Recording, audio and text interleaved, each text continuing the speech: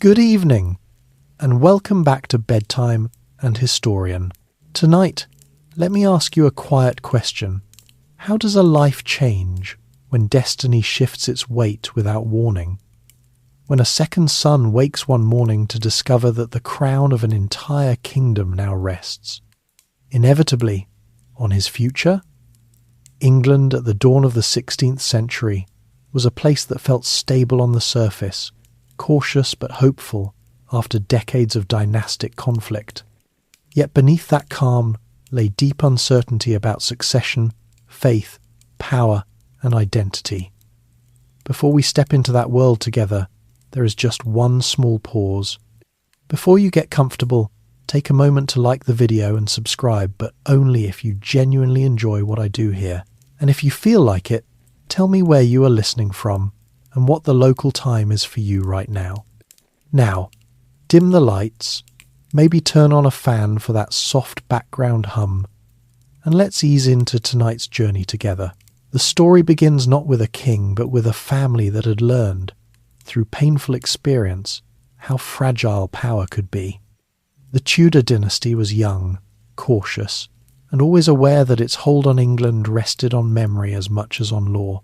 Henry Tudor, the first king of that line, had taken the throne in 1485 after decades of civil war known as the Wars of the Roses.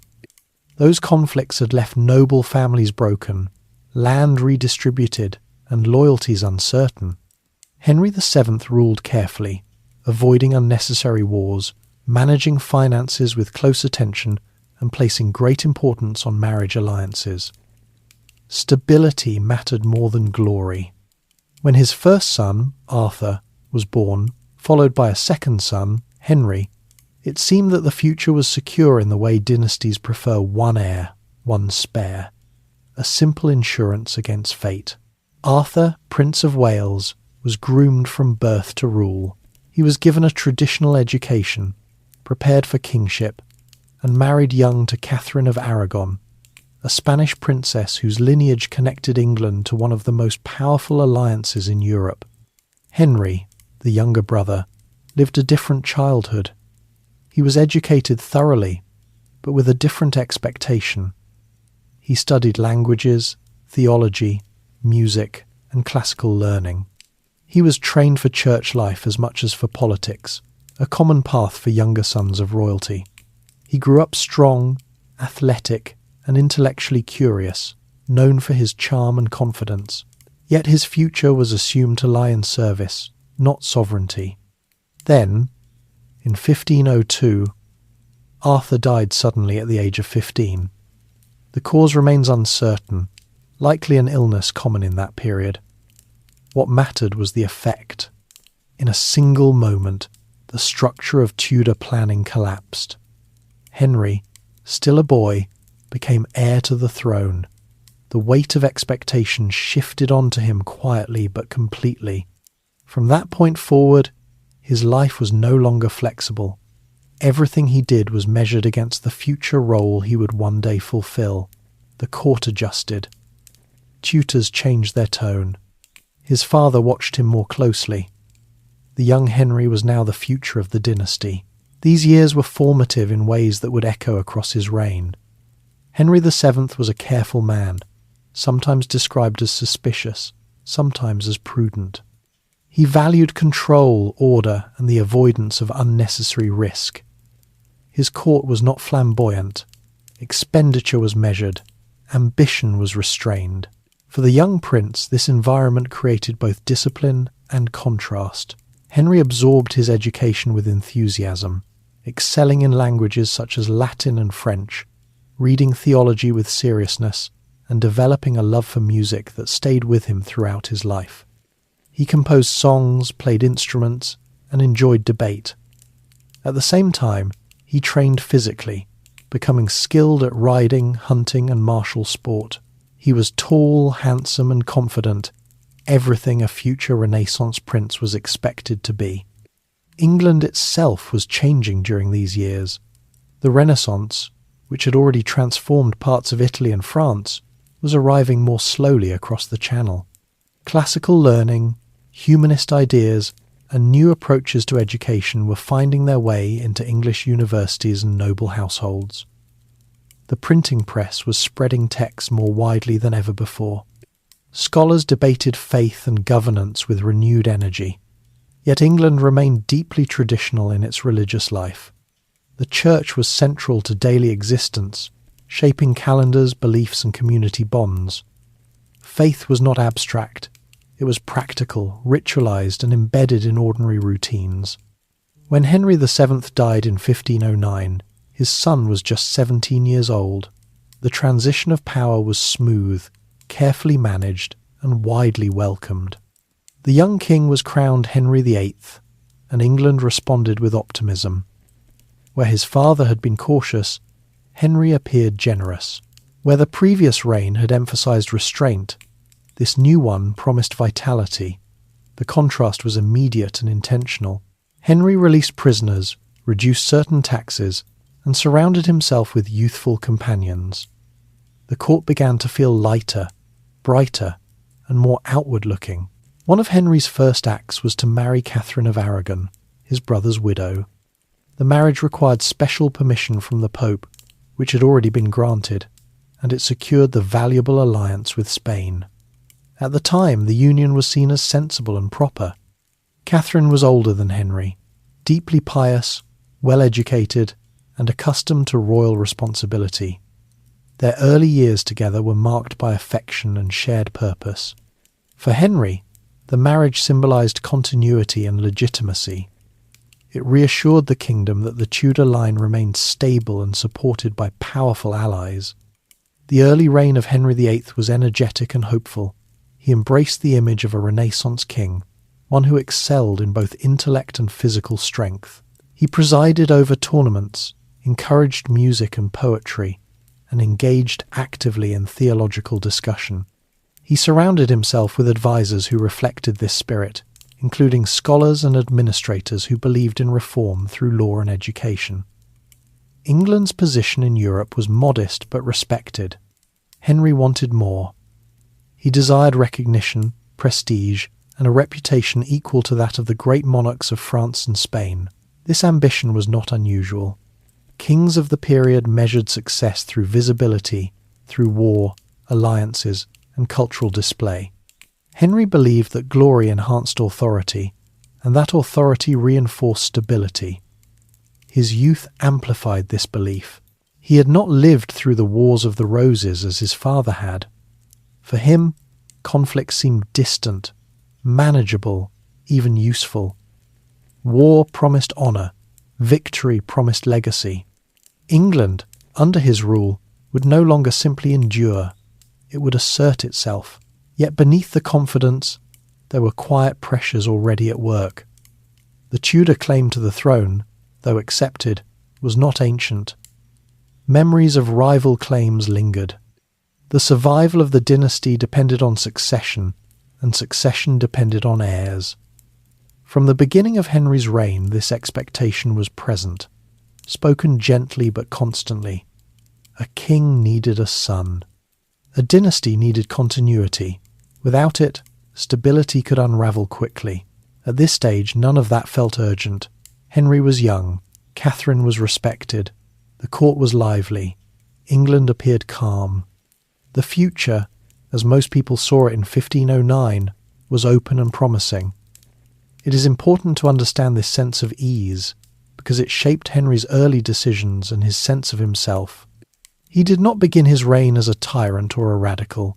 He began it as a confident young man, stepping into a role he believed he could master through intelligence, effort, and will. The world around him reinforced that belief. Advisors such as Thomas Woolsey rose quickly, recognizing the king's desire for achievement and offering pathways to influence abroad and control at home. Parliament, though important, remained secondary to royal authority. The church, powerful and wealthy, was a partner rather than an obstacle.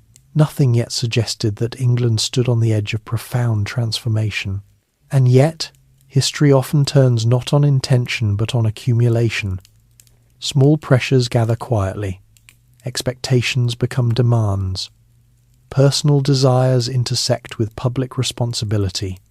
For Henry VIII, the foundations laid in these early years, his education, his confidence, his understanding of kingship would shape every choice that followed. He believed deeply in order, in authority, and in his own responsibility before God. Those beliefs would later justify actions that seemed, even to his contemporaries, extreme, but in these first years they felt reasonable, even admirable. As the court settled into its rhythm, as celebrations and policies unfolded side by side, England entered a period that seemed, at the time, like a golden opening. Few could have predicted how sharply that promise would bend under the weight of time. The boy who had once been the spare had become the centre of the realm, and everything now depended on how he would respond when expectation hardened into necessity. The Tudor court awakens.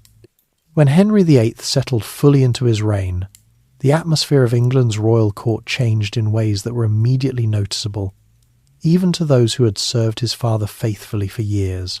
The shift was not abrupt or dramatic, but it was unmistakable. Where Henry VII's court had been careful and restrained, his son's court became energetic, outward-looking, and deliberately impressive. This was not recklessness. It was a conscious choice about what kingship should look like in a new century. Henry VIII believed that authority could be strengthened through visibility, culture, and confidence, and he set about shaping his court to reflect that belief. The Tudor court was not just a residence. It was the centre of government, the stage for diplomacy, and the place where favour and influence were won or lost. Courtiers followed the king from palace to palace. Greenwich, Richmond, Hampton Court, each location buzzing with servants, officials, musicians, scholars, guards, and petitioners. Life at court was demanding. It required attention, adaptability, and constant awareness of hierarchy. Yet under Henry, it also offered opportunity. Talent, charm, and loyalty could bring advancement in ways that had been harder under his father's more cautious rule. Henry himself took an active role in setting the tone. He rose early, hunted often, and delighted in physical activity. Tournaments became more frequent and more elaborate. These were not merely entertainments. They were demonstrations of strength, discipline, and royal presence. The king rode, jousted, and competed alongside his nobles, reinforcing a sense of shared identity while also reminding everyone of his superiority. His size, athleticism, and confidence made these displays effective. To watch Henry in armour was to see an image of vigour and authority carefully presented. At the same time, the court became a place of learning and artistic expression. Henry's education had left him genuinely interested in music and scholarship. He encouraged composers, collected books, and engaged with scholars who brought humanist ideas from the continent. Music filled the halls, from sacred choral works to lighter courtly songs. The king himself composed, and although his works were not revolutionary, they demonstrated his engagement with the cultural life he promoted. This was important. A king who valued learning signalled that England was part of a broader European conversation about knowledge, faith, and governance. Catherine of Aragon played a significant role in shaping this environment.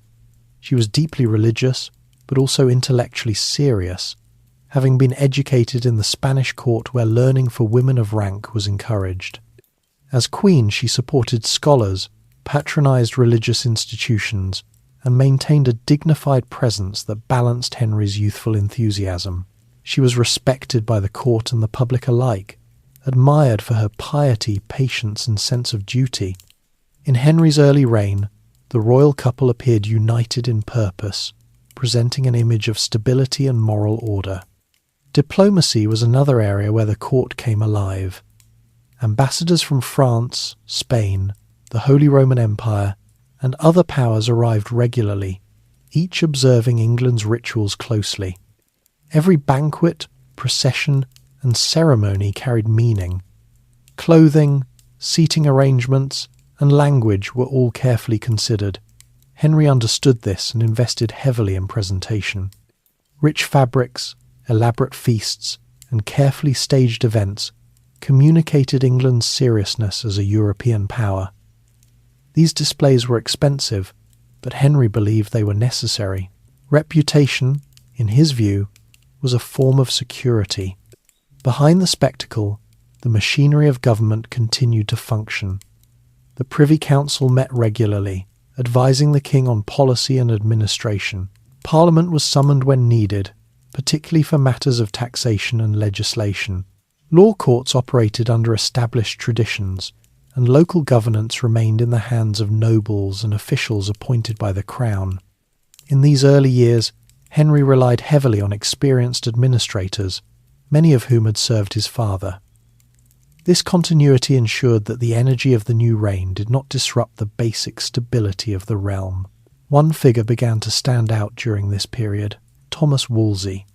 Born the son of a butcher, Woolsey had risen through the church and royal service through intelligence, efficiency, and an acute understanding of power.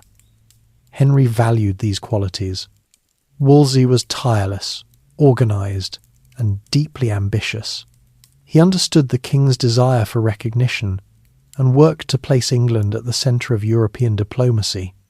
Gradually, Woolsey accumulated titles and responsibilities, becoming the king's chief minister in all but name. For now, this arrangement suited both men. Henry trusted Woolsey to manage details, leaving him free to focus on broader ambitions. Religion remained central to daily life at court and throughout England. Henry was personally devout, attending Mass regularly, and taking theological questions seriously. At this stage, there was no hint of the religious upheaval to come. The church was respected, powerful, and integrated into governance. Bishops held political office. Monasteries provided education, charity, and stability in communities. Faith was not contested, it was assumed. When Henry engaged in theological debate, it was as a committed Catholic monarch defending established doctrine. The court's awakening was also social. Noble families sought positions for their sons and daughters, knowing that proximity to the king could determine their fortunes. Marriages were arranged with care, balancing affection, alliance, and ambition. Young courtiers learned quickly that favour was fragile. A single misstep could end a career, while a timely gesture could elevate it. Henry enjoyed this dynamic. He liked being the centre of attention and understood instinctively how to use patronage to secure loyalty. England beyond the court felt the effects of this renewed energy indirectly. Taxes funded royal projects. Trade benefited from diplomatic stability. The arts gained new patrons. For ordinary people, daily life remained largely unchanged, governed by agriculture, local custom, and religious observance. Yet the sense that England was more confident, more outward-looking, filtered through sermons, proclamations, and the stories carried by travellers and merchants. Foreign policy soon tested the ideals of this awakening court. Henry wanted military success, particularly against France, England's traditional rival. War promised honour and legitimacy, reinforcing the king's image as a warrior. Advisers debated the costs and benefits carefully. England's resources were limited compared to larger continental powers, yet alliances and timing could tip the balance. Wolsey worked tirelessly to position England advantageously, negotiating treaties and leveraging marriages to maximise influence. As preparations for conflict began, the court's cultural life continued unabated. In Henry's mind, these were not competing priorities. A strong king could pursue war and culture simultaneously. Indeed, he believed they complemented each other. Victory abroad enhanced prestige at home. Learning and display reinforced authority. Everything served the same goal: a stable, respected, and enduring monarchy. Still, even in these early years, there were subtle tensions. The cost of ambition pressed against financial reality.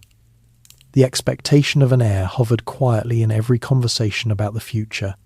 Catherine's early pregnancies ended in disappointment, though hope remained. These matters were discussed discreetly, but they were never far from the surface. Dynastic anxiety was part of the air the court breathed. even when masked by music and ceremony. Henry himself seemed untroubled by such concerns at this stage. Youth offered patience, time appeared abundant. He trusted that God, whom he served faithfully, would provide what the dynasty required. This confidence shaped his approach to rule. He believed deeply in order, hierarchy, and divine sanction. Kingship, to Henry, was not simply a political role. It was a moral responsibility, one that demanded strength, decisiveness, and public example. The awakening of the Tudor court was therefore both genuine and fragile. It rested on optimism, youth, and the assumption that traditional structures would continue to function as they always had.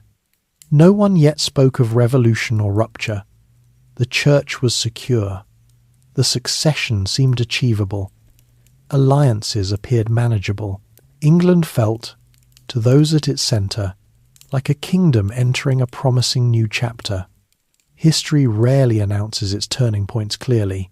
In hindsight, it is tempting to search these years for signs of what would come, the conflicts, the executions, the religious transformation. But for those living through them, the present felt balanced and full. The court thrived. The king enjoyed his role. Advisors believed they could guide events through skill and patience. As the reign moved forward, pressures would increase and choices would narrow. The energy that defined these early years would not disappear, but it would change in character. Confidence would harden. Flexibility would give way to insistence. Yet all of that lay ahead. For now, the Tudor court stood awake and vibrant, shaped by a young king who believed, sincerely and calmly, that he could master both himself and his kingdom through will, learning, and visible strength. Catherine and the Spanish alliance. When Henry VIII married Catherine of Aragon, the union was understood by nearly everyone involved as both natural and necessary. It was not a romantic gesture, nor was it controversial at the time. It was, instead, the continuation of a carefully planned alliance that had been years in the making, an alliance meant to secure England's place within a tense and competitive European system. To understand how deeply this marriage shaped Henry's reign, it is important to see Catherine not simply as a queen consort, but as a living symbol of international stability, dynastic expectation, and religious legitimacy. Catherine of Aragon arrived in England as a teenager, already marked by experience and loss.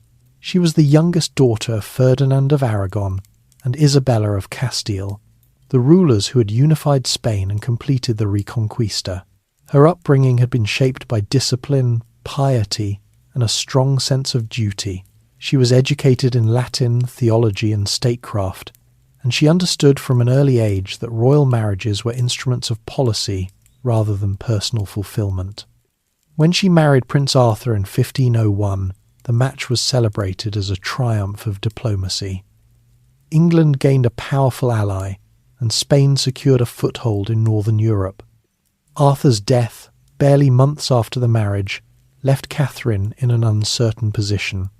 She was young, widowed, and stranded in a foreign court where her status suddenly lacked clarity. Her future depended on negotiations between two crowns, and those negotiations moved slowly.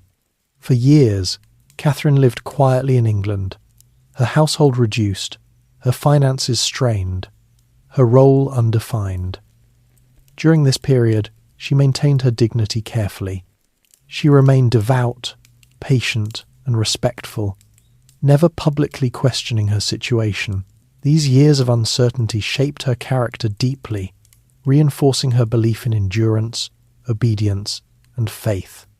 When Henry VIII came to the throne, Catherine's fortunes changed swiftly. The new king was young, confident, and eager to assert his authority. Marrying Catherine resolved a lingering diplomatic problem and reaffirmed England's commitment to its Spanish alliance. The papal dispensation allowing Henry to marry his brother's widow was treated as a formality. At the time, few questioned its validity. The marriage took place soon after Henry's accession, and Catherine was crowned queen with great ceremony. Public response was warm. She was seen as virtuous, serious, and worthy of respect. In the early years of their marriage, Henry and Catherine appeared well matched in purpose, if not in temperament. Catherine supported Henry's authority and reinforced his legitimacy through her lineage. She took her role seriously, acting as regent when Henry was abroad and involving herself in charitable and religious matters. She was particularly admired for her piety, which aligned well with the expectations of English queenship. Henry, for his part, treated Catherine with respect and relied on her counsel in matters where her experience was relevant. The Spanish alliance that Catherine represented was a cornerstone of Henry's foreign policy during this period. Spain, under her nephew Charles V, was one of the dominant powers in Europe. Aligning with Spain provided England with security and prestige, but it also drew Henry into complex diplomatic rivalries. France, Spain, and the Holy Roman Empire competed constantly for influence, territory, and recognition. England's role was smaller but strategically important. Henry sought to position himself as a decisive player, using alliances flexibly to maximize advantage. Catherine's presence strengthened England's standing in these negotiations. Ambassadors treated her with deference, recognizing her connections and authority. She understood court politics well and navigated them with restraint. Unlike Henry, who often sought dramatic gestures, Catherine favoured steady influence and careful negotiation. This difference in approach did not initially create conflict. Instead, it offered balance. Henry pursued ambition. Catherine maintained continuity. At the heart of the marriage, however, lay a single expectation that overshadowed all others: the production of a male heir. In Tudor England, this was not merely a personal desire, but a political necessity. The memory of civil war was still fresh enough to make succession a matter of national anxiety. A clear line of inheritance promised stability. Ambiguity threatened chaos. From the moment Catherine became queen, her ability to bear a son became central to her identity and to the future of the dynasty. Catherine became pregnant several times in the early years of the marriage. Each pregnancy raised hopes at court and among the public, yet these hopes were repeatedly disappointed. Some pregnancies ended in miscarriage, others resulted in stillbirths. In 1516, Catherine gave birth to a daughter, Mary. The child survived, and Henry expressed pride and affection. But a daughter, while welcome, did not resolve the central concern. A female heir could inherit the throne, but this was untested territory in England and widely regarded as risky. The repeated failures weighed heavily on Catherine. She interpreted them through the lens of faith, seeing them as trials sent by God. She intensified her religious practices, fasting and praying with increased devotion. To those around her, she remained composed, rarely expressing bitterness or despair openly. Yet the strain was evident. Each lost child reinforced the pressure she carried, not only as a woman but as a queen whose value, in political terms, was increasingly defined by what she could not provide. Henry's response during this period was complex. Publicly, he remained supportive. He continued to honour Catherine and relied on her in ceremonial and administrative roles. Privately, concern began to grow. At first, it was cautious and subdued. Henry was still young, and Catherine was respected. There was no immediate reason to doubt that a son might yet be born. Still, the passage of time made the question harder to ignore. The Spanish alliance itself also began to feel less secure than it once had. European politics were shifting rapidly. Charles V's vast empire made him powerful, but also unpredictable. England's interests did not always align neatly with Spain's priorities. Henry grew increasingly frustrated by his secondary role in diplomatic arrangements dominated by larger powers. He wanted England to act, not merely respond. He wanted victories that were unmistakably his own. Within the English court, factions formed quietly around these concerns. Some courtiers remained loyal to Catherine, valuing stability and continuity. Others, particularly younger figures seeking advancement, looked toward change. They recognised that the question of succession created opportunity. If the king's marriage could be questioned, then new alliances, new influences, and new power structures might emerge. These ideas circulated discreetly at first, framed as practical considerations rather than challenges to tradition. Religion remained a stabilising force during these years. Henry was a committed Catholic and took pride in defending orthodox doctrine. He even wrote against emerging Protestant ideas, earning praise from the Pope. Catherine shared this devotion deeply. In matters of faith, they were aligned. This shared commitment reinforced the legitimacy of their marriage in Henry's mind and delayed any serious consideration of alternatives.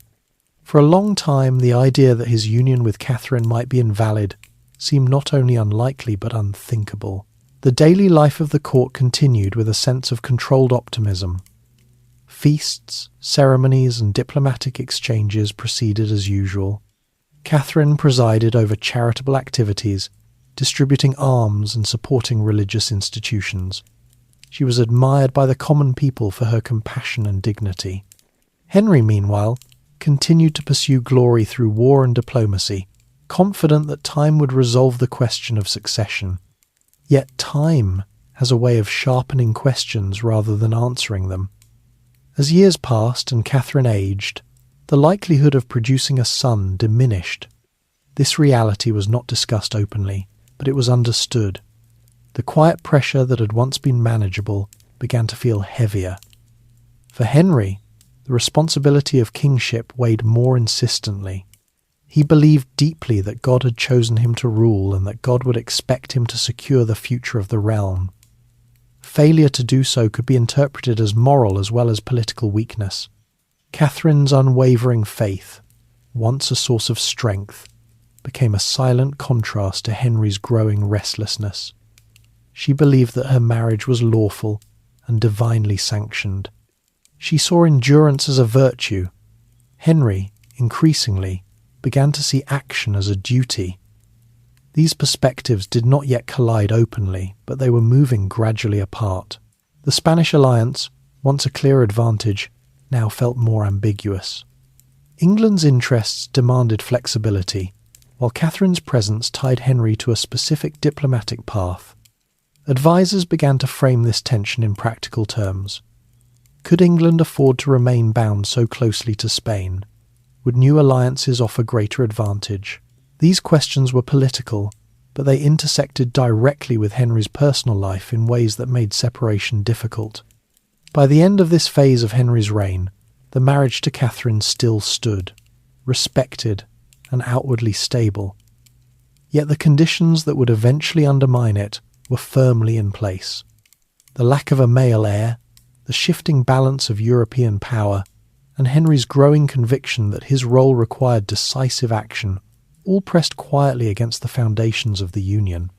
For now, Catherine remained queen, dignified and devoted. The Spanish alliance remained intact, if increasingly strained. England moved forward without open conflict on these issues, but the calm was becoming fragile. The question of succession, once a distant concern, was moving steadily toward the centre of Henry's thinking. When it finally demanded an answer, it would not be satisfied with patience alone. War, glory, and ambition. As Henry VIII settled more confidently into kingship, his attention turned increasingly beyond England's shores. For a young ruler shaped by classical learning and surrounded by Renaissance ideals, peace alone did not feel sufficient. Stability mattered, but reputation mattered as well. In early 16th century Europe, a king's standing was measured not only by order at home, but by visibility abroad, by military action, alliances, and the ability to influence events beyond one's borders. Henry believed that a truly successful reign required recognition from other monarchs, and recognition, in his mind, was earned through decisive action. England's position in Europe was complicated. It was not as wealthy or populous as France, nor as vast as the Habsburg domains ruled by Charles V. Yet England occupied a strategic position, and its monarchy had long claimed interests across the Channel. Memories of English rule in France lingered. nourished by chronicles and tradition. These memories were not merely historical, they shaped expectations. Henry did not see himself as a passive observer in continental politics. He believed England had a rightful place among the leading powers, and he intended to assert it. The desire for war was not reckless, but it was idealistic. Henry imagined conflict as a proving ground for honour and legitimacy. He admired warrior kings of the past and wanted to be counted among them. His education had emphasized classical virtues, courage, leadership, decisiveness, and he believed these could be demonstrated through military success. At the same time, he was aware of the practical constraints. War required money, logistics, and allies. England could not fight alone for long. Any campaign would need careful preparation and diplomatic support. Thomas Woolsey, now firmly established as Henry's chief advisor, understood this dynamic well. Woolsey did not oppose war in principle, but he approached it as a tool rather than a goal. His priority was to elevate England's influence through diplomacy, using the threat or promise of military support to extract concessions from larger powers. To Woolsey, war was useful when it strengthened England's negotiating position. To Henry, war itself carried symbolic value. Balancing these perspectives became one of the defining features of the early reign. France was the obvious target. Long-standing rivalry, geographic proximity, and competing claims made conflict almost inevitable at some point. Henry viewed the French king as both a rival and a benchmark. Victories in France would resonate at home and abroad, reinforcing Henry's image as a legitimate and formidable monarch. The decision to pursue military action was therefore framed carefully, presented as a defence of English honour and rightful claims rather than aggression. In 1512, England joined a coalition against France that included Spain and the Holy Roman Empire. The campaign was modest in scale, but significant in intention. English forces were sent across the Channel, and although results were mixed, the effort marked England's re-entry into continental warfare. Henry himself did not yet lead troops in person, but the symbolic value of the campaign was clear. England was no longer content to remain on the sidelines. The following year brought a more direct engagement. In 1513, Henry personally led an invasion of northern France. This decision mattered greatly to him. Kingship, as he understood it, required personal presence on the battlefield. Delegation was acceptable for administration, but glory demanded visibility. Henry prepared carefully, assembling an army and ensuring that ceremonies surrounding the campaign reinforced his authority. The crossing to France was itself a display, intended to signal seriousness and confidence. The campaign achieved a measure of success. English forces captured the towns of Therouanne and Tournai. While these victories were limited in strategic impact, they were celebrated enthusiastically. Henry was present at the siege of Therouanne, reinforcing his image as a warrior king. Accounts of the campaign emphasized courage, discipline, and royal leadership. At home, news of success was received with pride. The young king appeared to be fulfilling the promise of his reign. At the same time, conflict flared closer to home. Scotland, allied with France, posed a threat to England's northern border. While Henry was in France, Catherine of Aragon served as regent, overseeing defence and governance. When Scottish forces invaded northern England, English troops responded decisively. The resulting Battle of Flodden in 1513 was a significant victory for England. The Scottish king, James IV, was killed, along with much of the Scottish nobility. Flodden had profound consequences.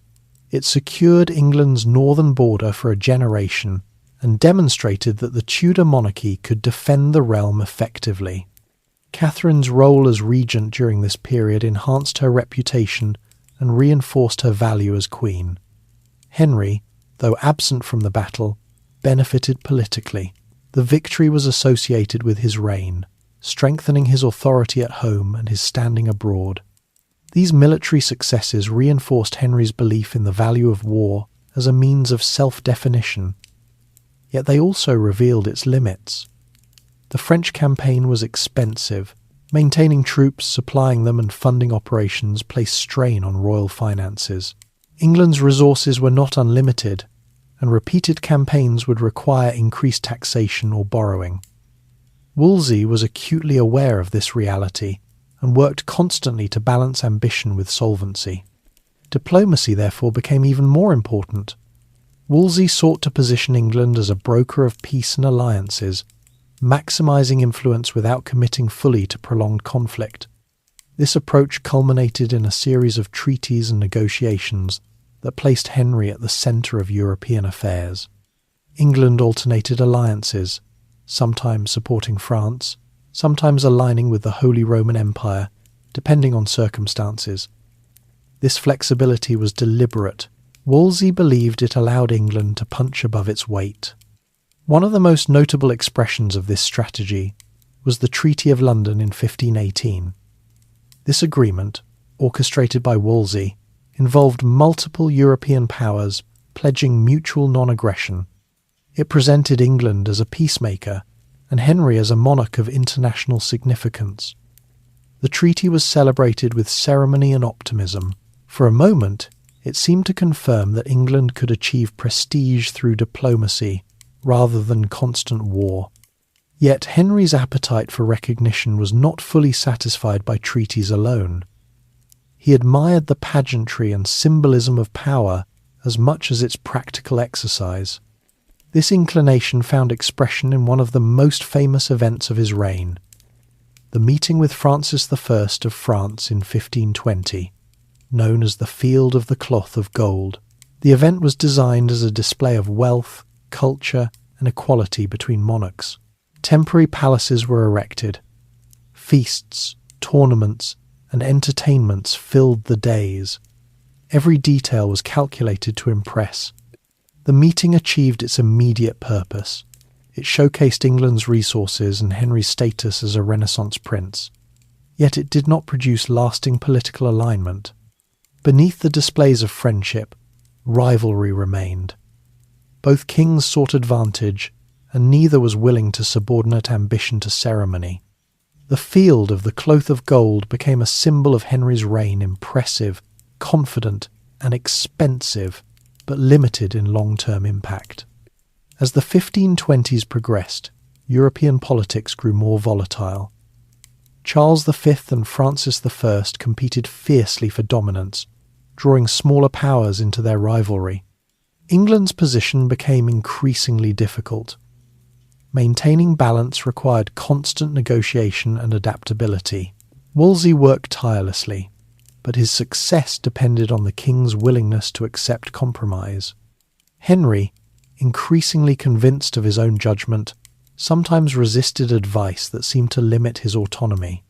War and ambition also affected governance at home.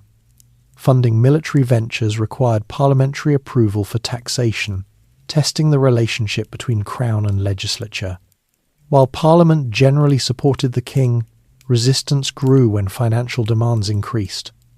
Wolsey faced criticism for his methods, particularly when new taxes were proposed. Discontent among the nobility and common people alike signalled that enthusiasm for war had limits. Henry's personal involvement in military planning diminished over time, but his desire for glory did not. Injuries sustained during tournaments began to affect his health, subtly altering his physical capabilities. These injuries did not immediately change his outlook, but they contributed to a gradual shift in how he expressed ambition. Where once he had sought glory through direct action, he increasingly pursued it through control and authority. The contrast between early optimism and emerging constraint marked this phase of the reign. War had delivered symbolic victories and reinforced Henry's confidence, but it had also revealed structural limitations. England could not dominate Europe through force alone. Diplomacy could amplify influence, but only within certain bounds. These realities did not diminish Henry's ambition. Instead, they redirected it. By the end of this period, Henry's understanding of power was evolving. He still valued martial reputation, but he began to see control over institutions, law, church, and governance as equally significant arenas for asserting authority. The skills he had honed through war decisiveness, insistence, expectation of loyalty would soon be applied closer to home. The early wars of Henry VIII's reign therefore served as both foundation and lesson.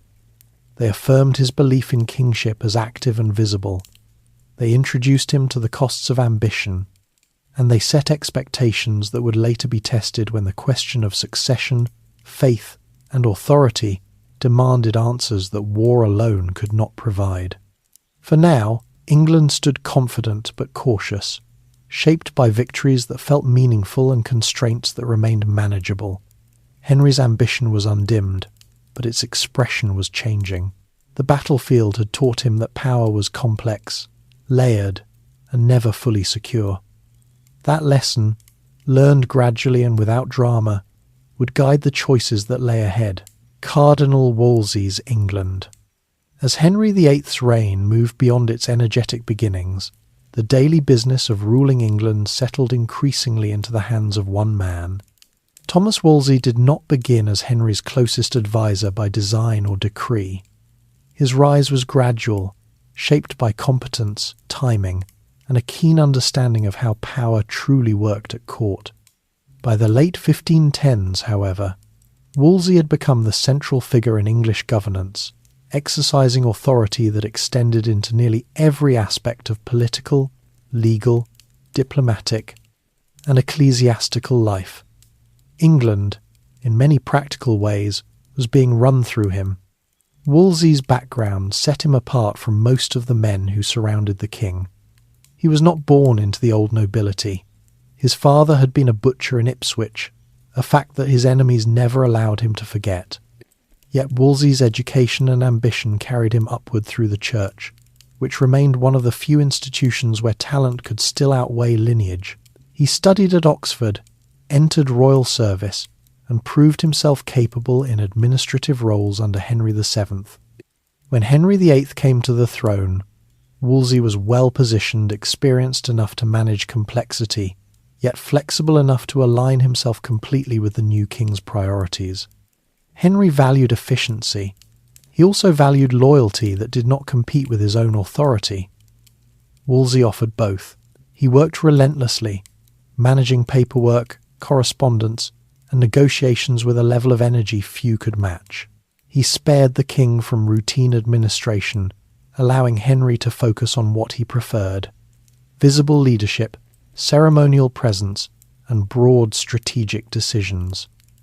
This division of labour suited both men. Henry trusted Wolsey to act in his interest. Wolsey understood that all his power flowed directly from royal favour. Titles and offices accumulated rapidly. Wolsey became Archbishop of York, then Cardinal, and finally Lord Chancellor of England. These roles gave him authority over the church, the courts, and the machinery of government. No other figure in Tudor England combined so many responsibilities. To foreign observers, Wolsey appeared almost as powerful as the king himself. To those within England, he was both indispensable and deeply resented. Wolsey's England was orderly, efficient, and demanding. He believed strongly in the centralization of authority. Power, in his view, should flow from the crown downward, unimpeded by local privilege or aristocratic inertia. This belief aligned with Henry's own instincts. The king wanted obedience and clarity, not negotiation with powerful subjects. Wolsey acted as the instrument through which that vision was implemented. One of Wolsey's most significant contributions lay in legal reform. He expanded the use of courts such as Star Chamber and Chancery, institutions designed to provide justice where common law courts were slow or biased. These courts allowed cases to be heard based on equity rather than rigid precedent. In theory, they offered protection to the poor and vulnerable. In practice, they also strengthened royal oversight by reducing the independence of local magnates. Nobles accustomed to settling disputes privately now found themselves answerable to central authority. This shift generated resistance. Many nobles felt that Wolsey was undermining traditional hierarchies. They resented being summoned to court by a man of humble birth and questioned the legitimacy of his authority. Wolsey, however, was unmoved by such objections. He believed that stability depended on fairness enforced from the centre. Disorder, in his view, arose when powerful individuals acted without restraint. Law, administered efficiently and consistently, was the remedy. Financial administration was another area where Wolsey left a deep mark. Wars and diplomatic ambitions required funding, and England's traditional revenue streams were insufficient. Wolsey introduced new methods of taxation, most notably the subsidy, which assessed wealth more directly than older fixed taxes. This approach was more equitable in principle, requiring the wealthy to contribute proportionally more. It also generated resentment. Taxes were never popular, and Wolsey's innovations made them more visible. The burden of funding Henry's ambitions fell unevenly across society. Merchants, landowners, and urban communities felt the pressure most acutely. While Wolsey attempted to enforce fairness, the perception that the court lived extravagantly while others paid the price fueled discontent. Complaints circulated quietly at first, then more openly. Wolsey became the focal point for frustration that was, in reality, directed at the crown itself. Foreign policy remained one of Wolsey's primary concerns. He believed that England's strength lay in its ability to mediate between larger powers rather than confront them directly. His diplomatic strategy aimed to keep England indispensable, always courted, never ignored. This required constant negotiation, shifting alliances, and careful management of appearances. Wolsey excelled at this work. He corresponded tirelessly with ambassadors, arranged treaties, and orchestrated meetings designed to maximize England's influence. At times, this strategy worked remarkably well. England was treated as a serious diplomatic partner, invited into negotiations that shaped European affairs. Henry enjoyed the attention and prestige that accompanied this role. Yet diplomacy also demanded compromise, and compromise sometimes conflicted with Henry's sense of honour and autonomy. Wolsey often found himself smoothing over royal impatience, translating ambition into workable policy.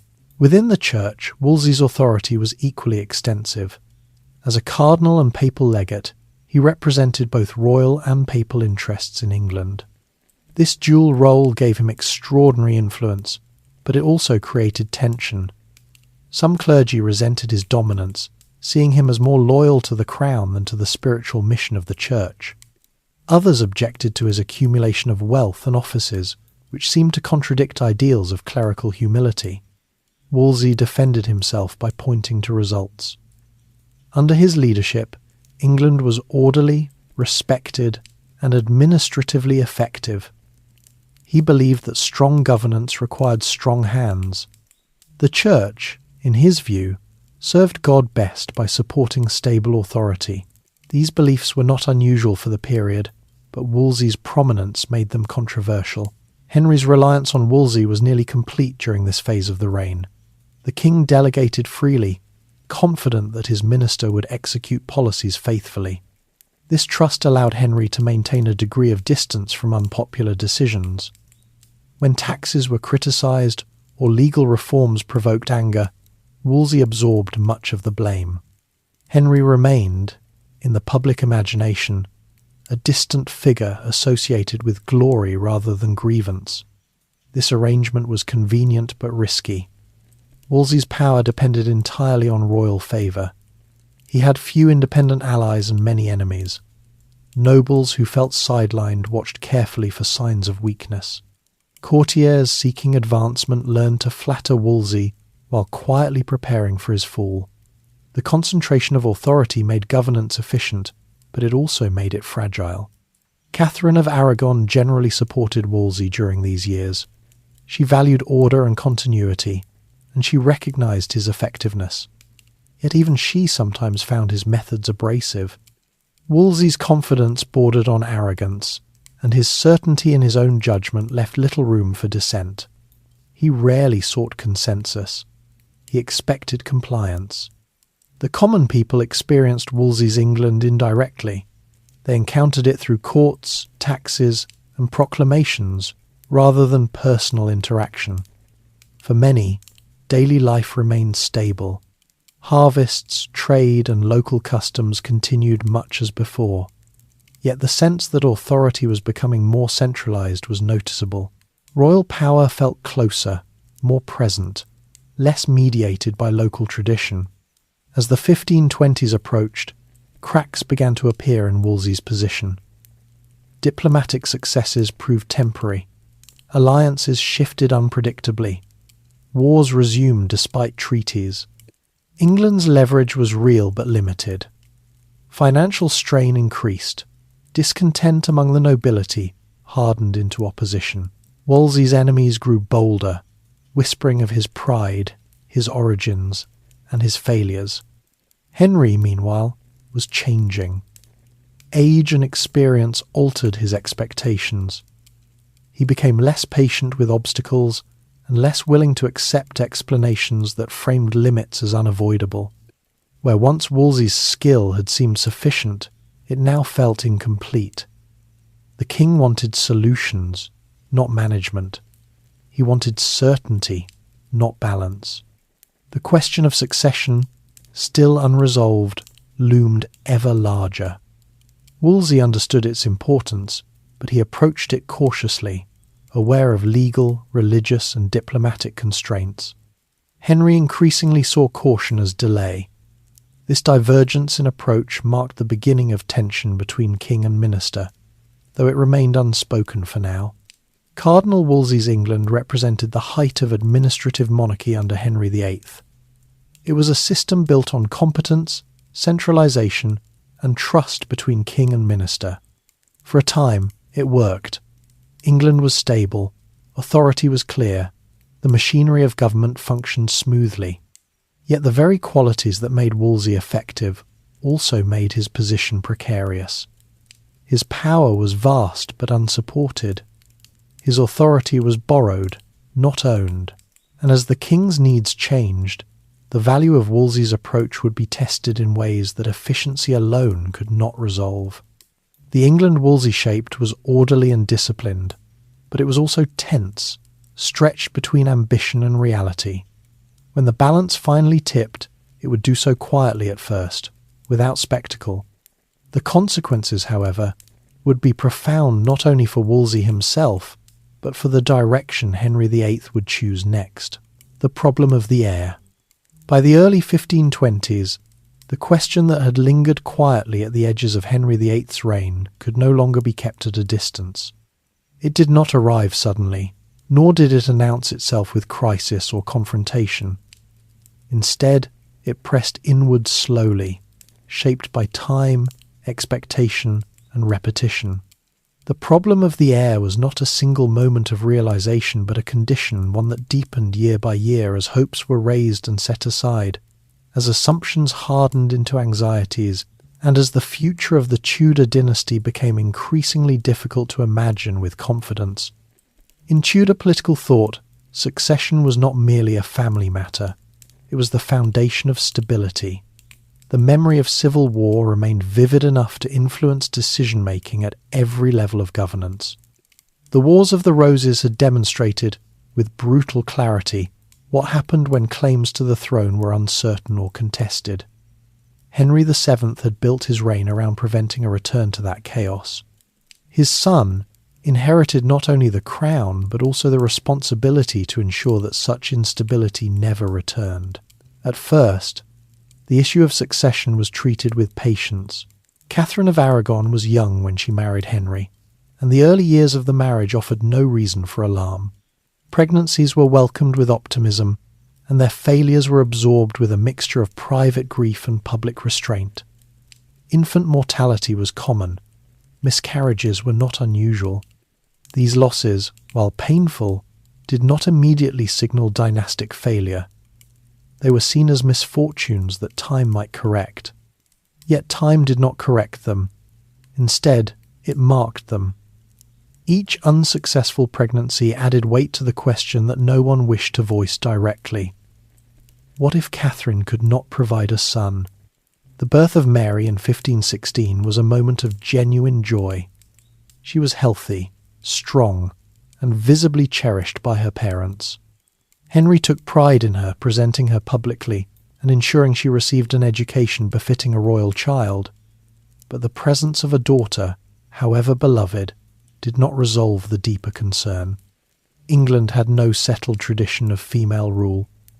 While women could inherit property and exercise authority in limited contexts, the idea of a reigning queen raised difficult questions. Would her husband rule in her place? Would foreign influence dominate the court? Would rival claimants exploit uncertainty? These questions were not theoretical. They were grounded in historical memory and political caution. A daughter alone did not offer the reassurance the dynasty required. Catherine continued to experience pregnancies after Mary's birth, but none resulted in a surviving son. As years passed, the pattern became harder to ignore. Catherine aged. The likelihood of successful childbirth diminished. The court watched discreetly. Advisers calculated quietly. The problem of the heir became an unspoken presence, shaping decisions without being named. Henry's response evolved gradually. He did not begin by questioning Catherine's value or legitimacy. Instead, he sought explanations that preserved the existing order. He prayed. He consulted theologians. He looked for signs that God's favour might yet manifest. His religious faith was sincere, and he believed that kingship carried spiritual as well as political responsibility. If God had chosen him to rule, then God would also expect him to secure the kingdom's future. This belief led Henry to reflect increasingly on the moral dimensions of his marriage. The papal dispensation that had allowed him to marry Catherine, his brother's widow, had long been accepted as valid. But Henry began to revisit the biblical passages that addressed such unions. In particular, a verse from Leviticus stating that a man who marries his brother's wife would remain childless began to trouble him. At first, this concern was private and speculative. It did not yet constitute a challenge to the marriage, but it planted a seed. Catherine, for her part, interpreted events differently. She believed firmly that her marriage to Henry was lawful and blessed by God. She maintained that her marriage to Arthur had never been consummated, a claim she repeated consistently and without hesitation. In her understanding, the failures of childbirth were trials of faith, not evidence of divine judgment. She responded by deepening her religious observance, fasting more strictly, and praying more frequently. Her confidence in the righteousness of her position did not waver. The difference in interpretation between husband and wife was subtle but significant. Catherine emphasized endurance. Henry increasingly emphasized resolution. These were not opposing philosophies at first, but they were moving along separate paths. Catherine believed that patience and faith would eventually be rewarded. Henry began to suspect that patience might be indistinguishable from inaction. Around them, the court adjusted its behaviour.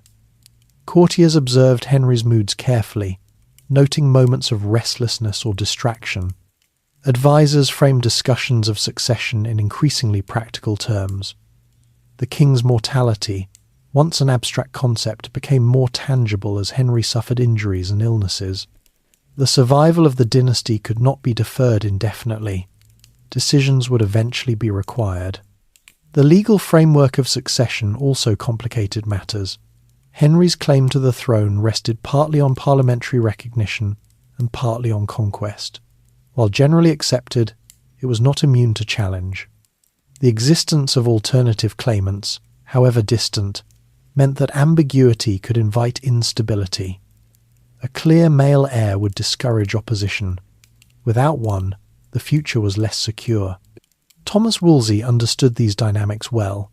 As chief minister, he was responsible for advising the king while managing diplomatic and legal realities. Woolsey favoured caution. He recognised that questioning the validity of Henry's marriage would have far-reaching consequences. It would strain relations with Spain, anger the Pope, and unsettle the Church in England. Wolsey believed that such disruption should be avoided if possible. He hoped that time, or perhaps a fortunate pregnancy, would resolve the issue without radical action. Henry grew increasingly dissatisfied with this approach. He did not accuse Wolsey openly, but his impatience was evident. To Henry, delay began to feel like negligence. The problem of the heir was not abstract, it was personal, immediate, and heavy with responsibility. He believed that God would judge him not only for his intentions but for his outcomes. A king who failed to secure succession risked both earthly disorder and spiritual failure. At the same time, Henry's personal life at court changed in ways that sharpened the issue. He was surrounded by youth, vitality, and ambition. The contrast between his own vigour and Catherine's ageing presence became more pronounced. This was not merely a matter of attraction, it reinforced the sense that time was moving forward while the situation remained unresolved. The king's sense of himself as a father also deepened. His affection for Mary was genuine, but it did not diminish his awareness of the limits imposed by her gender within the political system of the time. He worried about her future, about the challenges she might face as a female ruler or as a pawn in foreign alliances. A son, in Henry's view, would simplify everything. He would inherit unquestioned authority. He would continue the Tudor line without controversy. Publicly, Henry maintained appearances. Catherine remained queen. She presided over court ceremonies, maintained charitable works, and fulfilled her duties with composure. There was no public indication of conflict. Yet beneath the surface, the issue of succession influenced nearly every significant decision. Diplomatic alliances were evaluated through the lens of dynastic security. Legal questions were examined for precedents that might offer solutions. Theological arguments were revisited with renewed urgency. The broader religious climate of Europe also played a role.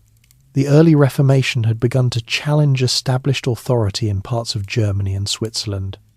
While Henry remained firmly Catholic at this stage, the existence of religious debate elsewhere made it easier to imagine questioning traditional interpretations. Authority, once assumed to be singular and unchanging, now appeared subject to examination. This did not immediately lead Henry to reject the Church, but it expanded the range of possibilities he considered.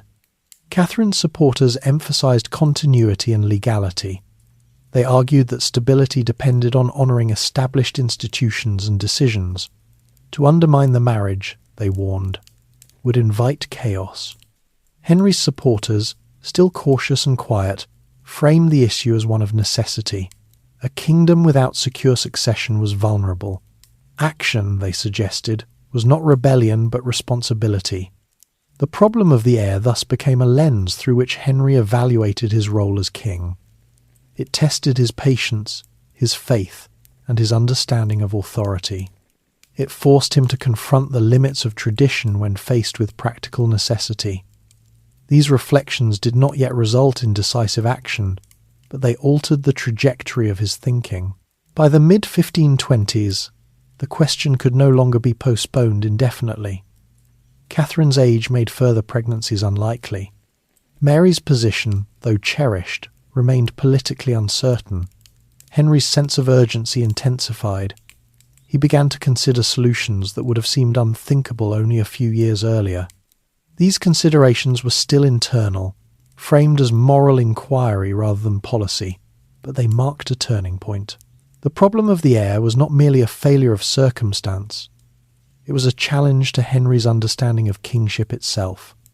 Was a king bound absolutely by existing structures, even when they threatened the future of the realm? Or did his responsibility to the kingdom grant him authority to reshape those structures when necessary? These questions did not yet have answers, but they demanded attention. England, during this period, remained outwardly calm. Harvests continued, courts functioned, diplomacy proceeded, yet the centre of gravity was shifting. The unresolved issue of succession exerted pressure that no amount of ceremony or tradition could fully relieve. It pressed upon the king's conscience, upon his advisers' calculations, and upon the quiet assumptions that had guided the early years of the reign. When action finally came, it would be presented as inevitable, even righteous. But in this moment, the problem of the heir remained a question rather than a conclusion. It was a problem shaped by time, belief, and responsibility. A problem that would soon demand not patience but choice. Anne Boleyn enters history. By the middle years of the 1520s, the English court had grown accustomed to living alongside an unresolved question. It shaped conversation without naming itself, influenced decisions without appearing in official records, and hovered quietly over every ceremony, negotiation, and calculation of the future. The problem of the heir had not yet produced open conflict, but it had created a state of watchfulness. In this environment, small changes carried disproportionate weight. New faces were noticed more closely. Shifts in favour were studied carefully. It was into this atmosphere, subtle, cautious, and increasingly strained, that Anne Boleyn entered the centre of Henry VIII's attention. Anne Boleyn did not arrive at court as a sudden disruption. She had been present for years, moving in and out of royal households, shaped by education and experience that distinguished her from many of her contemporaries. Born into a family of rising status rather than ancient nobility, Anne's early life reflected the careful ambitions of her father, Thomas Boleyn. He recognised that advancement at court required cultural fluency as much as lineage. Anne was therefore educated abroad, spending formative years in the courts of the Netherlands and France. There, she absorbed languages, music, manners, and ideas that reflected the most current expressions of European court culture. When Anne returned to England, she stood out not through conventional beauty, but through presence. Contemporary descriptions emphasize her intelligence, sharp wit, and self-possession. She dressed fashionably, spoke confidently, and understood how to navigate social hierarchies with precision. She was comfortable engaging in conversation about religion, politics, and literature subjects that appealed to Henry's interests. In a court increasingly alert to nuance, Anne's qualities drew attention. At first, her role was unremarkable.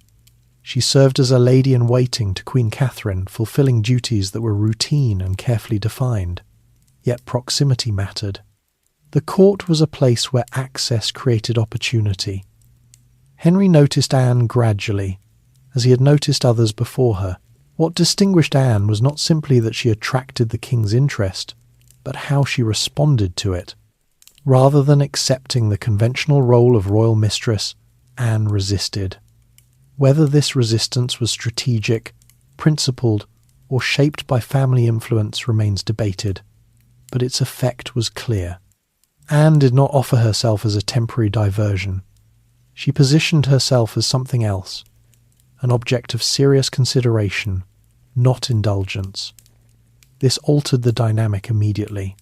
Henry was accustomed to compliance. Anne's refusal challenged him in ways he found compelling. The timing of this development was crucial. Henry's concern about succession had reached a point where personal desire and political necessity began to intersect. Anne was young. She embodied the possibility of fertility, continuity, and renewal. The contrast with Catherine, who was now clearly beyond childbearing age, sharpened Henry's awareness of time. Anne did not create the problem of succession, but she appeared at the moment when the king was most prepared to see alternatives. Anne's influence extended beyond her personal relationship with Henry. She was connected to a network of courtiers and thinkers who were interested in religious reform, though not necessarily in rebellion. These individuals questioned certain practices of the Church, emphasized direct engagement with Scripture, and supported humanist scholarship. Anne herself appears to have been sympathetic to these ideas. She read devotional works that encouraged personal faith and moral responsibility. While she was not a theologian, her interests aligned with broader currents of reform circulating through Europe. This alignment mattered because it offered Henry a framework through which his private concerns could be interpreted as moral inquiry. The question of his marriage to Catherine began to be framed not only as a dynastic problem, but as a spiritual one. Anne's presence reinforced this interpretation. She encouraged Henry to consider the legitimacy of his marriage seriously, to examine scripture, and to seek learned opinion. This did not yet mean rejecting the Church's authority, but it did mean engaging with it more critically. Catherine, meanwhile, observed these changes with increasing unease. She was aware of Anne's growing influence and recognized the implications. Yet Catherine remained composed. She continued to assert her position calmly and firmly, confident in the righteousness of her marriage. She believed that Henry's interest in Anne was a passing infatuation, not a structural challenge. Her response was restraint rather than confrontation. The court, however, understood the stakes more clearly. Factions began to form, though quietly and without open declaration. Some courtiers aligned themselves with Anne, seeing in her rise an opportunity for advancement and reform. Others remained loyal to Catherine, valuing continuity and legality. Many attempted to remain neutral, aware that favour could shift suddenly and decisively. Henry's behaviour during this period reflected increasing internal tension. He remained publicly respectful toward Catherine, but his attention increasingly turned elsewhere. He consulted theologians and legal scholars, seeking opinions on the validity of his marriage. These inquiries were framed carefully, presented as academic questions rather than policy proposals. Yet the direction was clear. Henry was preparing the ground for action. Thomas Wolsey found himself in an increasingly difficult position. He understood the political and diplomatic risks of pursuing an annulment. Spain remained a powerful ally. The Pope, constrained by his relationship with Catherine's nephew Charles V, was unlikely to grant a favourable ruling easily. Wolsey attempted to manage Henry's expectations, emphasising legal complexity and the need for patience. This caution, once valued, now appeared obstructive. Anne's role in this dynamic was indirect but significant. She did not negotiate treaties or draft legal arguments, but her presence sharpened Henry's resolve. She represented a future that seemed attainable if only obstacles could be removed. The more resistance Henry encountered, the more he framed the issue as one of justice rather than desire. He began to speak of his conscience, of his responsibility to God, of the danger of leaving England without a secure heir. These arguments did not emerge fully formed, but they gained coherence over time. Public awareness of the situation remained limited. Officially, nothing had changed. Catherine was queen. Anne was a lady-in-waiting.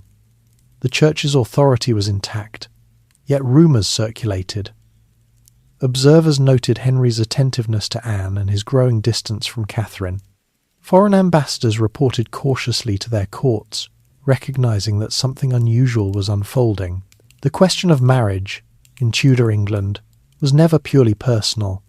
It carried legal, religious, and diplomatic implications.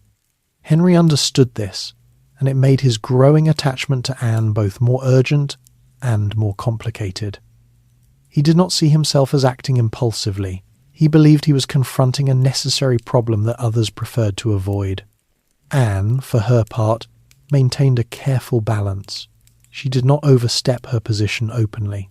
She remained attentive, supportive, and engaged, but avoided actions that would make her vulnerable to scandal. Her restraint increased her value in Henry's eyes. It suggested seriousness of purpose and reinforced the idea that their relationship was grounded in something more than attraction. This period marked a turning point in Henry's reign. The intersection of personal desire and political necessity created momentum that was difficult to control. The structures that had supported stability, the authority of the Church, the permanence of marriage, the caution of ministers, began to feel constraining rather than protective. Henry did not yet reject these structures, but he began to test their limits. The cultural atmosphere of the court reflected this tension. Conversation became more guarded. Religious discussion took on sharper edges. Courtiers measured their words carefully, aware that alignment could determine survival. The sense of ease that had characterized the early years of the reign gave way to quiet calculation. Anne Boleyn's entry into history, then, was not marked by spectacle. It was marked by timing, presence, and alignment with forces already in motion.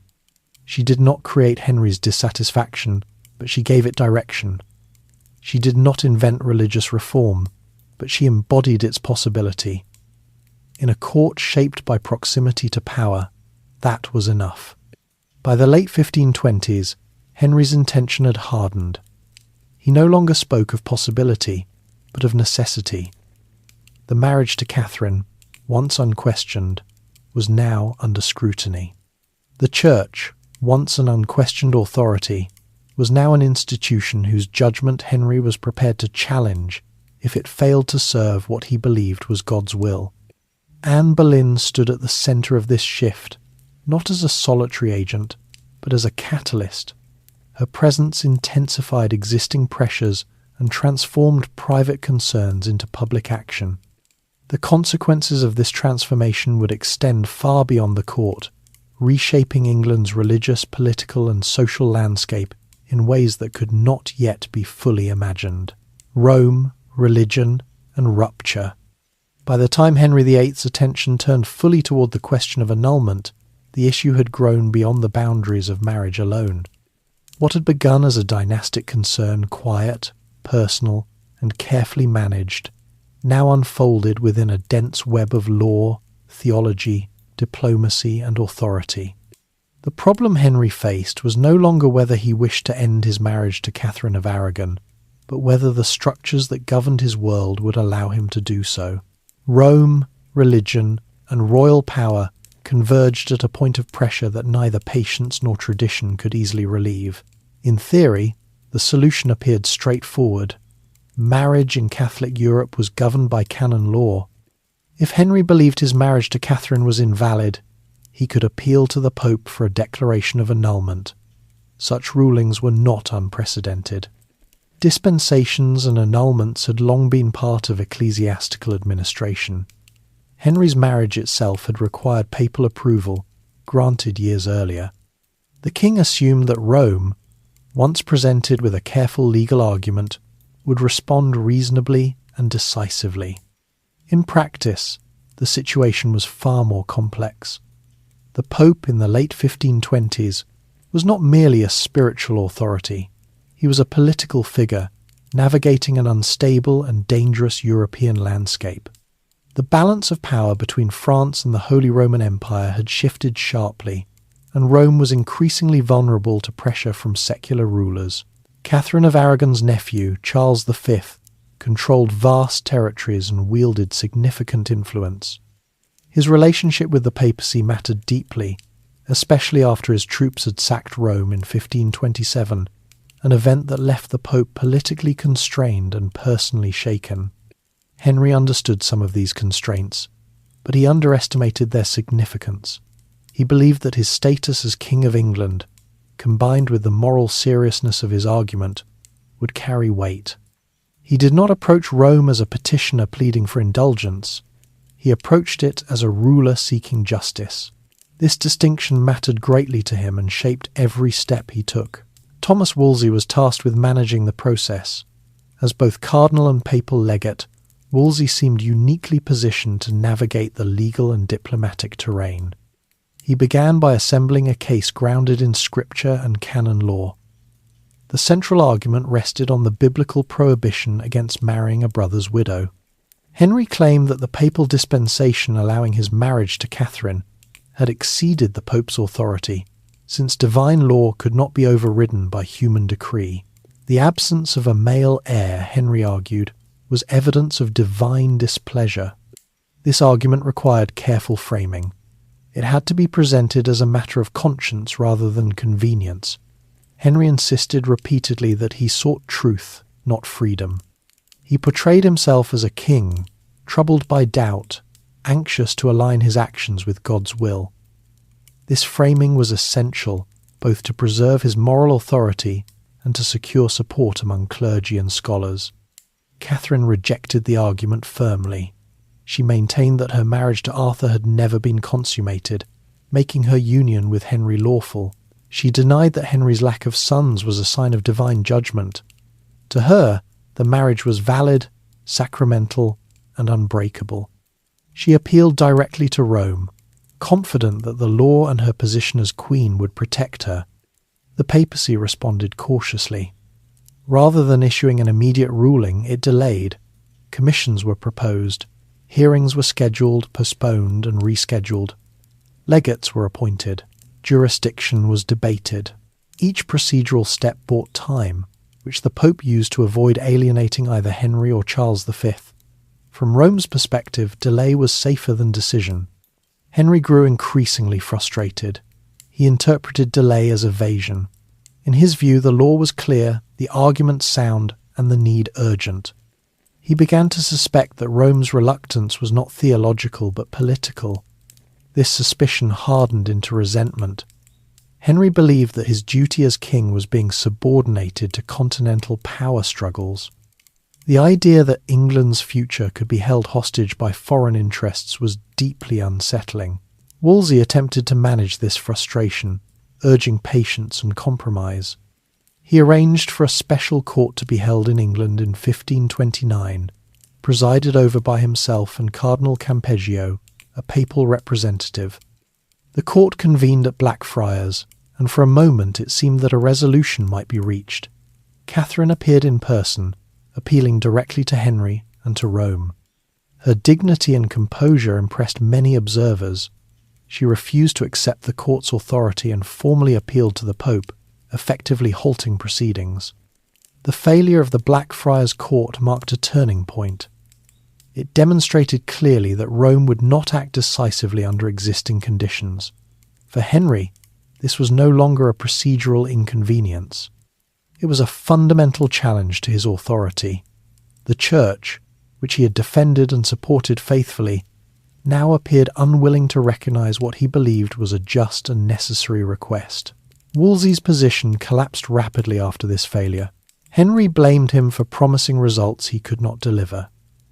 Enemies at court seized the opportunity to undermine him, emphasizing his failures and questioning his loyalty.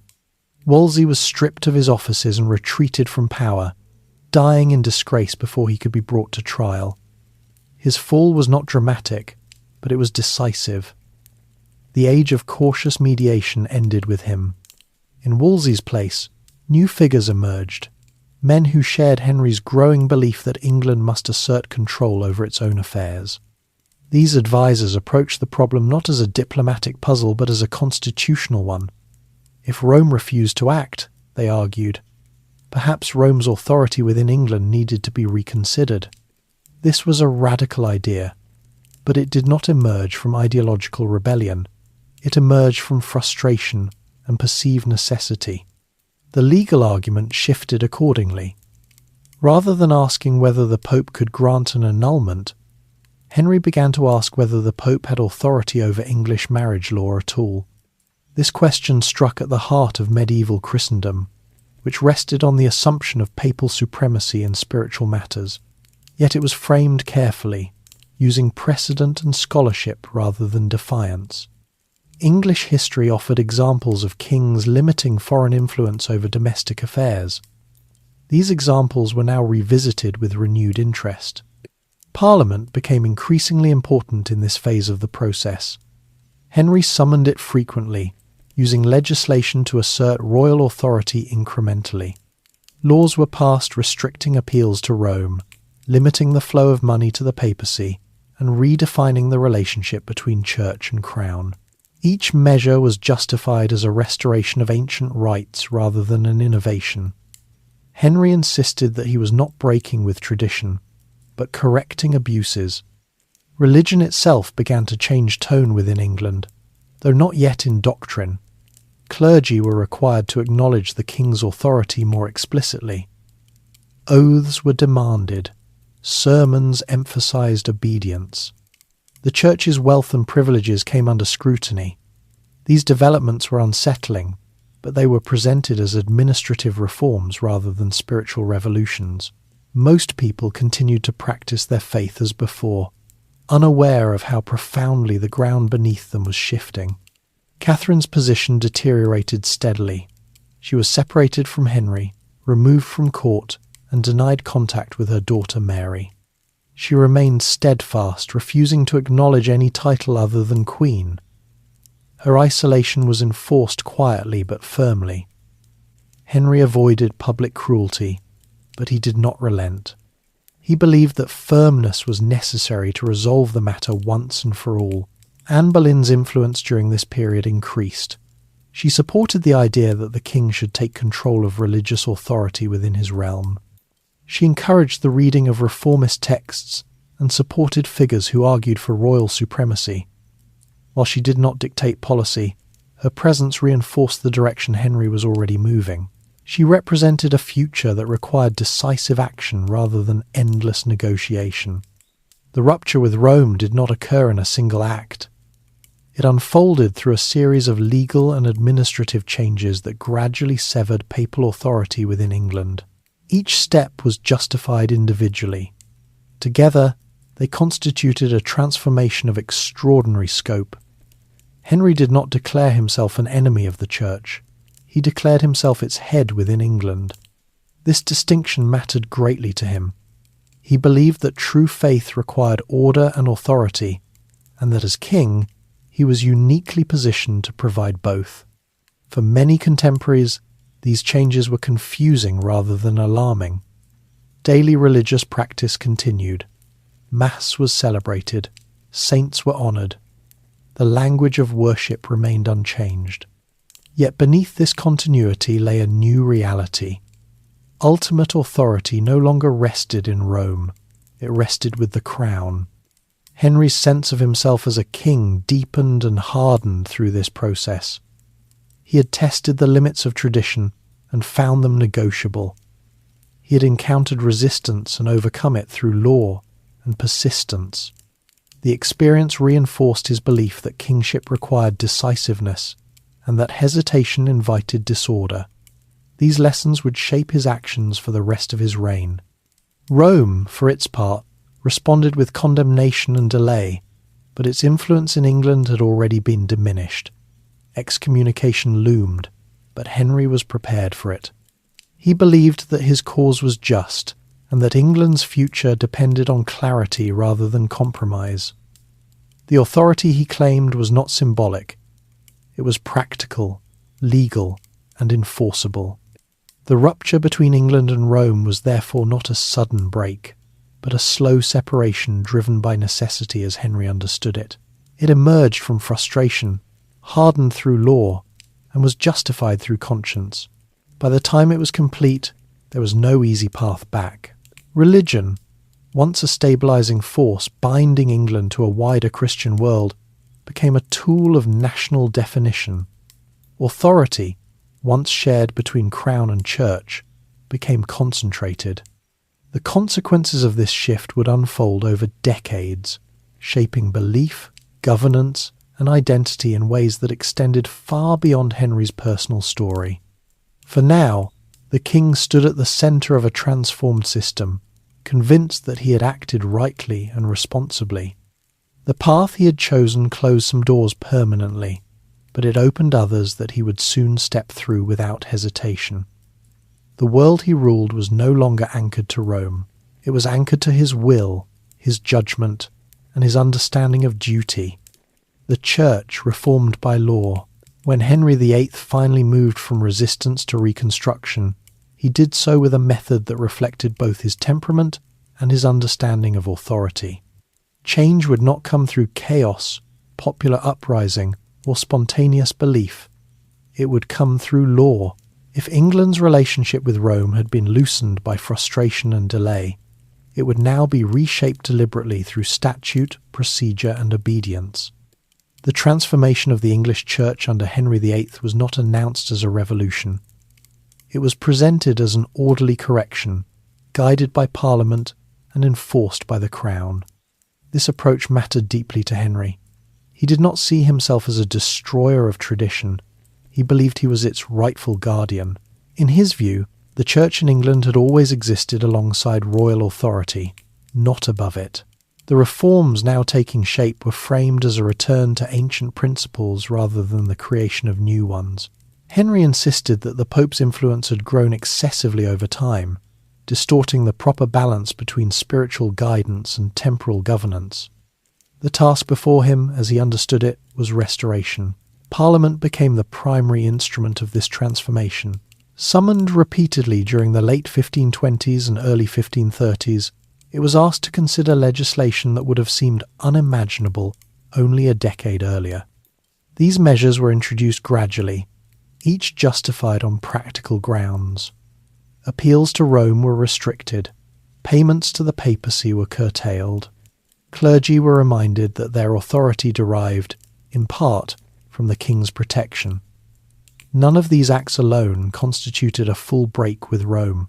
Together, they redefined the Church's position within England.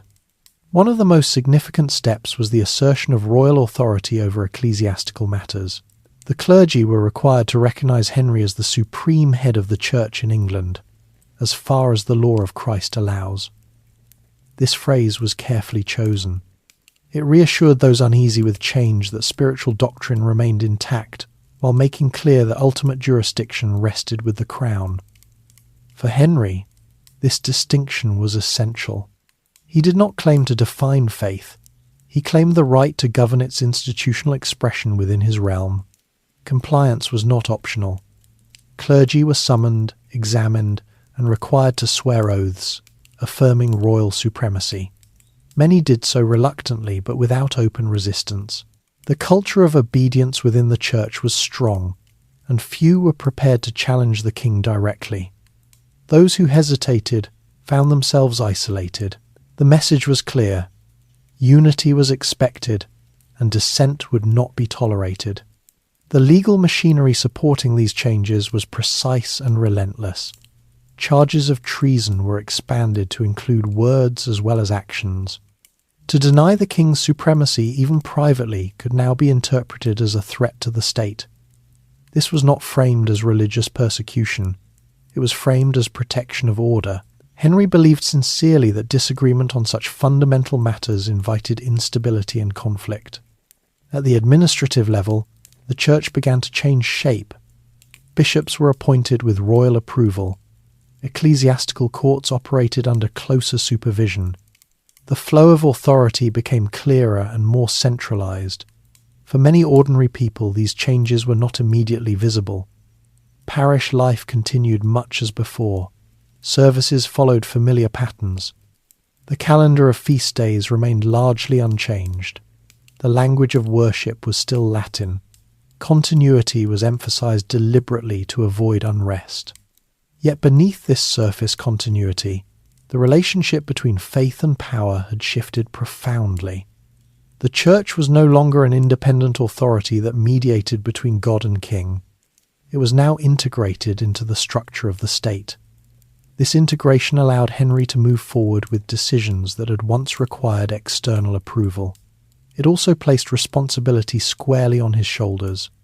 The most dramatic application of this new authority came with the formal declaration of Henry's marriage to Catherine of Aragon as invalid. With Rome's jurisdiction removed, English courts were empowered to rule on the matter. A carefully convened ecclesiastical court, operating under royal supremacy, declared that Henry's marriage to Catherine had been unlawful from the beginning. This ruling was presented as a legal conclusion, not a personal rejection.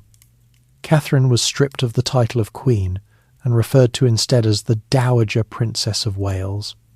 This decision was enforced without spectacle but with firmness. Catherine was removed from court permanently and lived the remainder of her life in isolation. She refused to accept the ruling, maintaining until her death that she was Henry's true wife and queen. Her resistance was dignified and consistent, but it had no effect on policy. The law had spoken, and the law now reflected the king's will. Anne Boleyn's position was transformed by these developments. Her marriage to Henry was now lawful under English law, and she was crowned queen with full ceremony. The coronation emphasized legitimacy and continuity, presenting Anne not as a rupture but as a rightful successor. Henry was determined that no ambiguity should surround her status. The future of the dynasty depended on it. The assertion of royal supremacy did not end with marriage. It extended into the governance of religious institutions across England. Monasteries, long respected for their spiritual and charitable roles, came under scrutiny. Questions were raised about their wealth, discipline, and usefulness. Official investigations were launched, ostensibly to assess moral standards and financial management. These investigations were thorough and often unforgiving. The findings, as presented to Parliament, justified further action. Monasteries were accused of corruption, inefficiency, and excess. Whether these accusations were always fair is difficult to assess, but their political utility was clear. The dissolution of smaller monasteries was authorised first, followed later by larger institutions. Their lands and wealth were transferred to the Crown. This process reshaped England's social and economic landscape. Monasteries had provided education, healthcare, and charity, particularly in rural areas. Their closure disrupted these functions, leaving gaps that were not easily filled. At the same time, the redistribution of monastic lands created new opportunities for the Crown and for those favoured by it. Land was granted or sold to nobles and gentry, creating a class with a vested interest in the new order. Henry's motives in dissolving the monasteries were complex. Financial gain was certainly a factor. The Crown's revenues increased significantly, providing resources that supported governance and defence. But control was equally important. Monasteries represented independent centres of authority and loyalty, tied historically to Rome. Their removal simplified the structure of power within the kingdom. Public reaction to these changes varied. Some welcomed the redistribution of wealth and the reduction of ecclesiastical privilege. Others mourned the loss of familiar institutions and traditions. In certain regions, resistance emerged, most notably in the north, where religious observance was deeply rooted. These protests were framed as defences of faith and community, rather than rebellion against the king. Henry responded decisively, suppressing unrest through force and legal action. He interpreted resistance not as disagreement, but as disobedience. Throughout this period, Henry maintained a careful distinction between doctrine and authority. He did not embrace Protestant theology wholesale. He rejected papal supremacy, but retained many Catholic beliefs and practices. He authorised an English translation of the Bible, but access was controlled. Reform, in Henry's mind, was a matter of governance rather than belief. He saw himself as preserving true religion by removing foreign interference and internal corruption. The role of Parliament in this transformation reinforced Henry's sense of legitimacy. Laws were debated, passed, and recorded. The appearance of consent mattered. It allowed Henry to claim that these changes reflected the will of the realm, not merely royal preference. This legal foundation would prove important in the years to come, as future rulers inherited the structures Henry created. The reform of the Church by law altered the balance of power permanently. Authority became more centralized, more personal, and more absolute. The king was no longer one authority among several. He was the final arbiter of both secular and ecclesiastical matters. This concentration of power brought efficiency, but it also increased the consequences of error. Decisions could be made swiftly, but they could also be enforced without appeal. For Henry, this transformation reinforced his identity as a king who acted decisively in defence of the realm. He believed that history would judge him not by the discomfort of the present, but by the stability he secured for the future. The law, once a constraint, had become his instrument. Through it, he had reshaped institutions that had stood for centuries. The English Church that emerged from this process was familiar in form but altered in foundation. Its rituals remained recognisable. Its buildings still dominated towns and landscapes. Yet its allegiance had shifted. It no longer looked beyond England for authority. It answered to the crown. This change did not bring immediate peace or certainty. Questions remained about succession, belief, and loyalty, but it established a framework within which those questions would be addressed. The king had asserted his supremacy not through proclamation alone, but through a sustained campaign of legal reform. The consequences of that campaign would unfold over generations. Queen Anne, and a crown unsteady. Anne Boleyn's coronation in the summer of 1533 was designed to leave no doubt about legitimacy. Every element of the ceremony was carefully chosen to communicate continuity, authority, and confidence. Processions moved through London with deliberate order. Church officials performed familiar rites. Noble households attended in full display. Henry VIII watched closely, attentive not only to the ritual itself but to how it was received. He wanted England to accept Anne not as an interruption, but as a rightful queen whose presence promised the future he had worked so methodically to secure. For a brief period, that promise seemed plausible. Anne was young, intelligent, and visibly confident in her new role. She embraced queenship with seriousness, taking an interest in patronage, charity, and the reform-minded circles that had supported her rise. She supported scholars, encouraged the reading of scripture, and promoted figures who aligned with the king's policies.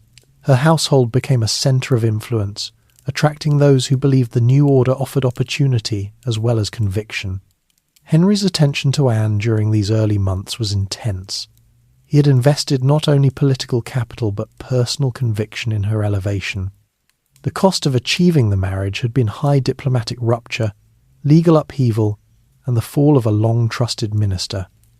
Anne's success therefore mattered deeply to him. Her ability to produce a male heir was no longer merely hoped for, it was expected. The stability of the new religious settlement and the credibility of Henry's actions rested heavily on this outcome. In September 1533, Anne gave birth to a daughter, Elizabeth. The event was met with careful celebration. Publicly, Henry expressed satisfaction and gratitude.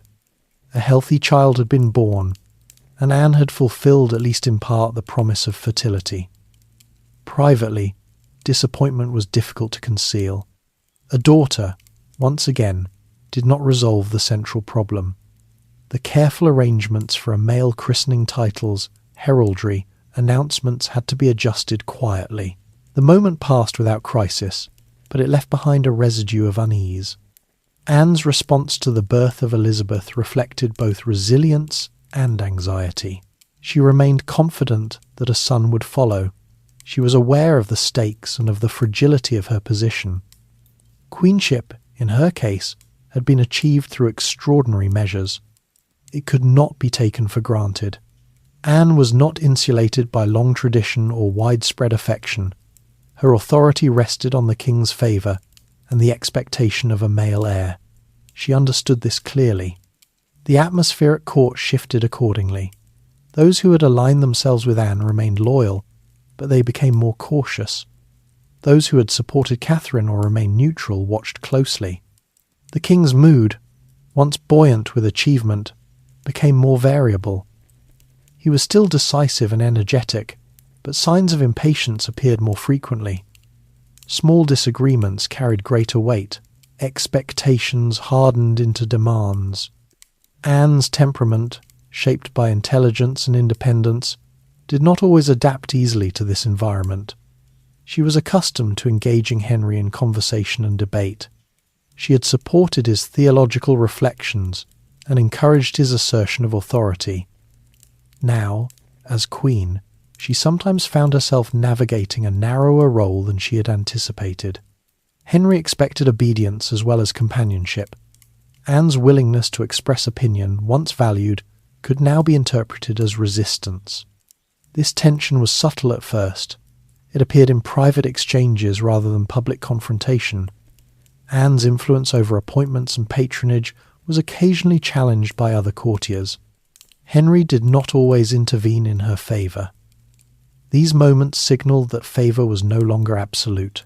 They also reflected the increasing complexity of the court, where power was contested quietly and continuously.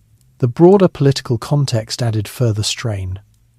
England's break with Rome had isolated it diplomatically. Alliances were uncertain. Foreign courts observed Anne's queenship with scepticism, aware that its legitimacy rested on a contested religious settlement. Ambassadors reported cautiously, noting the absence of a male heir and the king's visible concern. England's position, though assertive, felt exposed. Within the church, reform continued unevenly. Some clergy embraced the changes enthusiastically, seeing opportunity for renewal and advancement. Others complied reluctantly, hoping for stability rather than conviction. Anne supported reformist voices, sometimes more openly than Henry preferred. She favoured the circulation of scripture in English and encouraged preaching that emphasised moral responsibility. Henry, while supportive of reform in principle, remained wary of disorder.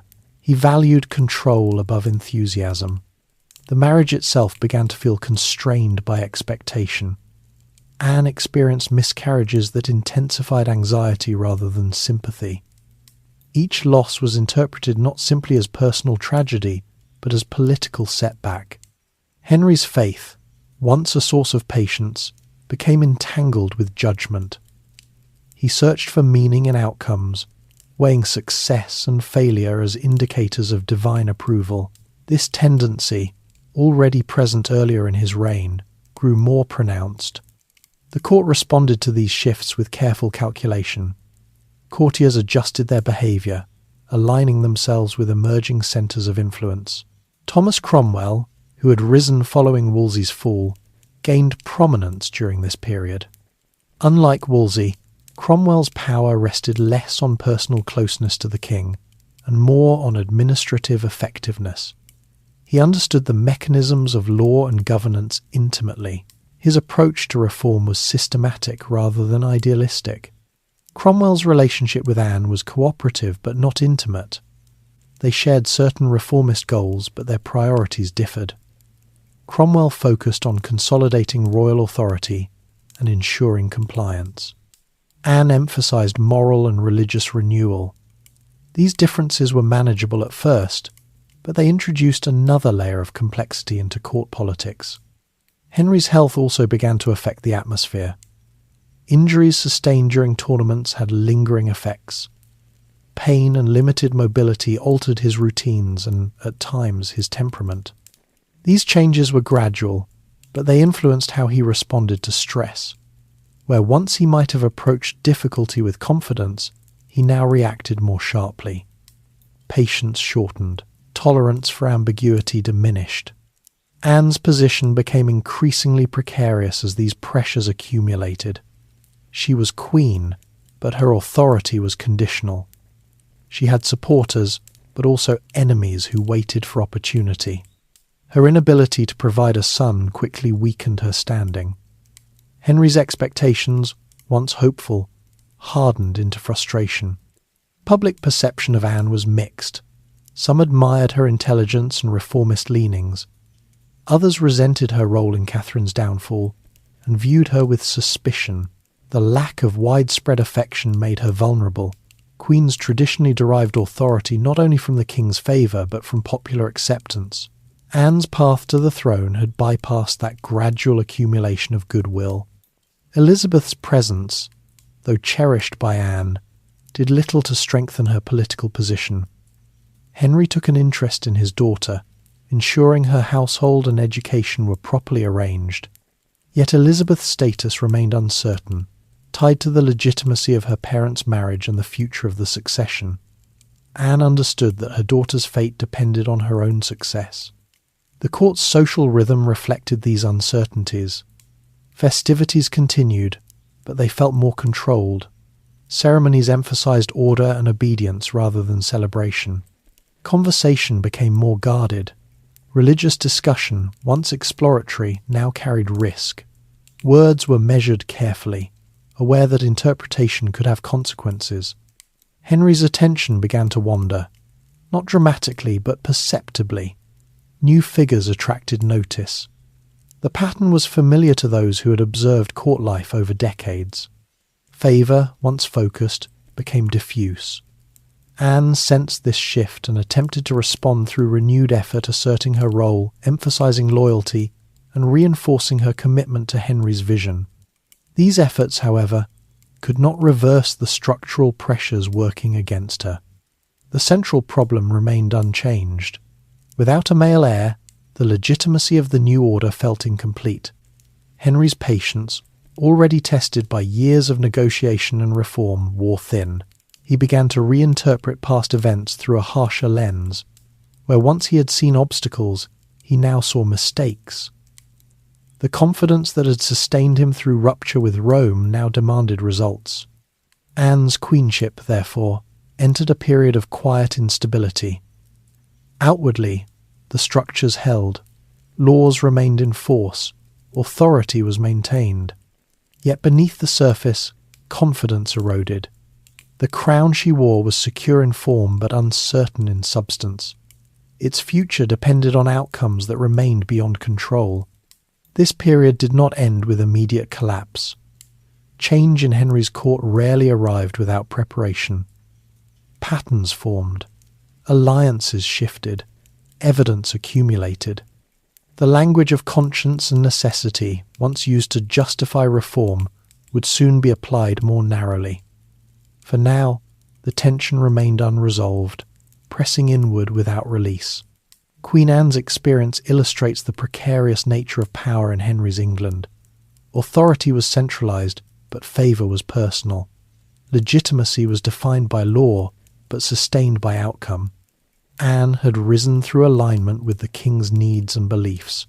She now faced the challenge of sustaining that alignment in the face of expectation and uncertainty. The crown, once achieved, proved heavier than anticipated. It demanded not only presence and intelligence, but results that no amount of conviction could guarantee. As the months passed and pressure increased, the future of Anne's queenship grew less certain. England moved forward under a crown that appeared secure yet rested on foundations that shifted quietly beneath it. Fall of a queen. The fall of Anne Boleyn did not begin with accusation or arrest. It began with a change in atmosphere so slight that it could be sensed only by those closest to power. The court of Henry VIII had always been alert to shifts in favour, but in the months following Anne's coronation, attentiveness hardened into caution. What had once been uncertainty now felt like calculation. Words were chosen more carefully. Alliances were reconsidered quietly. The rhythms of court life continued, but beneath them ran a current of expectation that something was moving toward resolution. Henry's confidence in Anne had not collapsed suddenly. It eroded through disappointment layered upon disappointment. The birth of Elizabeth, followed by miscarriages, intensified his anxiety rather than softening it. Each failure reinforced the same conclusion. The problem of succession remained unresolved. Henry's belief that God revealed approval through outcomes led him to interpret these events as signs. The logic was harsh but consistent. If his actions had been righteous, the reward a son would have followed. Its absence demanded explanation. Anne's position became more isolated as this reasoning took hold. She had few powerful protectors beyond the king himself. The family networks that had supported her rise were not sufficient to shield her once royal favour weakened. Her father, Thomas Boleyn, was cautious by nature and increasingly aware of the risks. Others who had benefited from her elevation watched for signs of retreat. In Henry's court, loyalty followed opportunity. Thomas Cromwell's role during this period became decisive. Cromwell was not driven by personal attachment to Anne. His loyalty was to the crown and to the stability of the regime he helped construct. He understood that Anne's continued queenship depended on producing a male heir quickly. As that prospect faded, Cromwell began to consider alternatives that would preserve royal authority without inviting further instability. Cromwell's strength lay in administration and law. He approached problems methodically, identifying leverage points and building cases that aligned with the king's evolving judgment. He did not act independently of Henry's wishes, but he anticipated them. As Henry's frustration with Anne grew, Cromwell positioned himself as the agent capable of resolving it decisively. The court's social dynamics reflected these preparations. Access to the king became more restricted. Anne's influence over appointments and patronage declined. New figures appeared in Henry's orbit, among them Jane Seymour, whose demeanour contrasted sharply with Anne's. Jane was quiet, compliant, and careful to present herself as respectful rather than assertive. She did not challenge the king intellectually or emotionally. Instead, she embodied steadiness and deference. This contrast did not go unnoticed. Henry's interpretation of his marriage to Anne shifted accordingly. Where once he had seen conviction and purpose, he now saw error. He began to reinterpret the circumstances of their union, questioning whether it had been truly blessed. His earlier confidence gave way to suspicion. He scrutinized Anne's behaviour, recalling moments of tension or disagreement, and framing them as evidence of incompatibility or defiance. The legal mechanisms that had been used to dismantle Henry's marriage to Catherine were now repurposed with unsettling efficiency. Cromwell assembled a case against Anne that relied on allegations of adultery, treason, and moral corruption. These charges were severe and unprecedented for a reigning queen. Their plausibility depended not on public belief, but on legal construction and royal endorsement. The accusations named several men, including courtiers and musicians who had interacted with Anne. The evidence supporting these claims was thin and often contradictory. Dates and locations did not always align. Testimony was extracted under pressure, yet the standard of proof in treason cases was flexible when royal security was invoked. The goal was not impartial judgment, but resolution. Anne was arrested in May 1536 and taken to the Tower of London. The act itself was shocking, even in a court accustomed to abrupt reversals.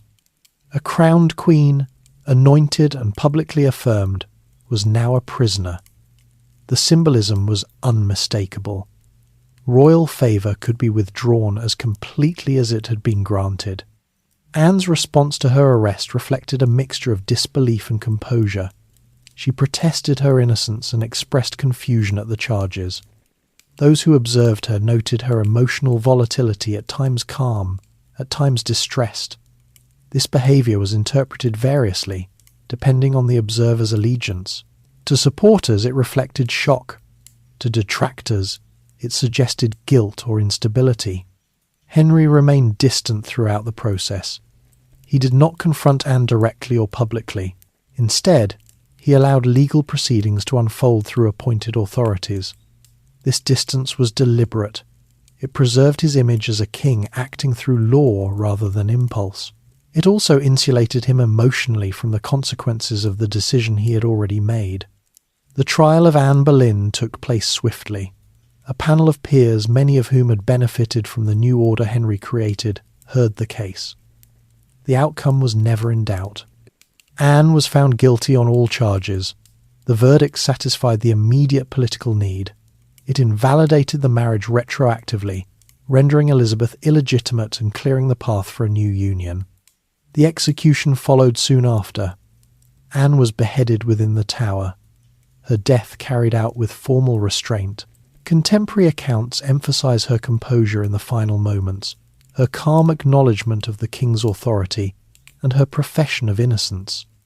These details, whether fully accurate or shaped by later reflection, contributed to the enduring complexity of her legacy. For Henry, the execution was framed as necessity rather than cruelty. He believed that order required decisive action, and that unresolved uncertainty posed greater danger than severity. In his understanding, the removal of Anne restored moral clarity and reopened the path to a secure succession. The speed with which he remarried within days reinforced this interpretation. There was no period of mourning. The future could not wait. Jane Seymour was married to Henry shortly after Anne's death. The contrast between the two queens was emphasised deliberately. Jane's humility and conformity were highlighted as virtues. Her coronation was postponed, pending the birth of an heir. This caution reflected lessons learned. Ceremony would follow success, not precede it. Public reaction to Anne's fall was complex and uneven. Some felt relief, interpreting the event as correction rather than tragedy. Others were disturbed by the rapid reversal and the severity of the charges. Yet open dissent was rare. The climate of obedience and legal authority Henry had cultivated discouraged protest. The machinery of state moved forward without pause. Elizabeth's position became uncertain overnight. She was removed from the line of succession and reduced in status. Her household was diminished. Her future depended entirely on circumstances beyond her control. Henry did not abandon her, but he did not protect her position either. She became, like Mary before her, a reminder of unresolved dynastic tension. The fall of Anne Boleyn marked a significant turning point in Henry's reign. It demonstrated the extent of his authority and the limits of resistance. Queenship, once associated with stability and continuity, now appeared conditional and reversible. The precedent was unmistakable. Marriage to the king did not guarantee security. Favour was contingent, and its withdrawal could be fatal. For Cromwell, the episode reinforced his position as the king's indispensable agent. He had delivered resolution where others had failed. His methods were effective, if ruthless. He emerged from the crisis stronger, his authority confirmed, yet his power, like Wolsey's before him, rested entirely on royal approval. The lesson was clear. Service to the king demanded adaptability and absolute loyalty. The broader implications of Anne's fall extended beyond the court. They altered perceptions of law, marriage, and authority. The legal system, once a mediator, now appeared as an extension of royal will. The Church, already restructured, had no independent voice in the matter. The fusion of secular and ecclesiastical power reached its most personal expression in the destruction of a queen. Henry's own sense of kingship hardened further. He had confronted resistance and resolved it decisively. He interpreted the outcome as confirmation of his judgment. The experience reinforced his belief that firmness, not compromise, preserved order. This conviction would shape his behaviour in the years that followed, particularly as his health declined and his patience shortened. Anne Boleyn's legacy was not fixed by her fall. To some, she remained a symbol of reform and renewal, a woman who challenged convention and paid the price. To others, she represented disruption and ambition unchecked. Henry himself appears to have reflected little on her memory. His attention moved quickly to the future he still believed possible.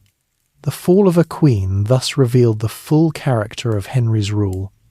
Authority was centralized, law was instrumental, and outcomes justified means. The personal and the political were inseparable. Marriage was policy. Succession was destiny. Those who stood in the way, however briefly favoured, could be removed. England moved forward again, reshaped by the quiet efficiency with which power was exercised. The court adapted. Ritual resumed. The language of continuity returned. Yet beneath it all lay the knowledge that nothing, not even a crown, was secure without the king's enduring approval. Anne, Seymour, and a son. Henry VIII's marriage to Jane Seymour began without celebration and without illusion. There were no grand public ceremonies, no elaborate coronation, no triumphant rhetoric about destiny fulfilled. The restraint was deliberate. Experience had taught Henry that confidence declared too early invited disappointment. This time, expectation would be managed carefully. Jane was queen, but her position would remain provisional until the one outcome that mattered above all others had been secured. Jane Seymour differed from her predecessor in almost every visible respect. Where Anne Boleyn had been outspoken, intellectually assertive, and visibly involved in political and religious debate, Jane was quiet, cautious, and deferential. She did not seek influence through argument or reform. Instead, she embodied obedience, modesty, and composure. These qualities were not accidental. Jane understood the environment she had entered. She had observed the rise and fall of Anne closely and absorbed its lessons. Survival required restraint. Henry responded to this contrast with relief.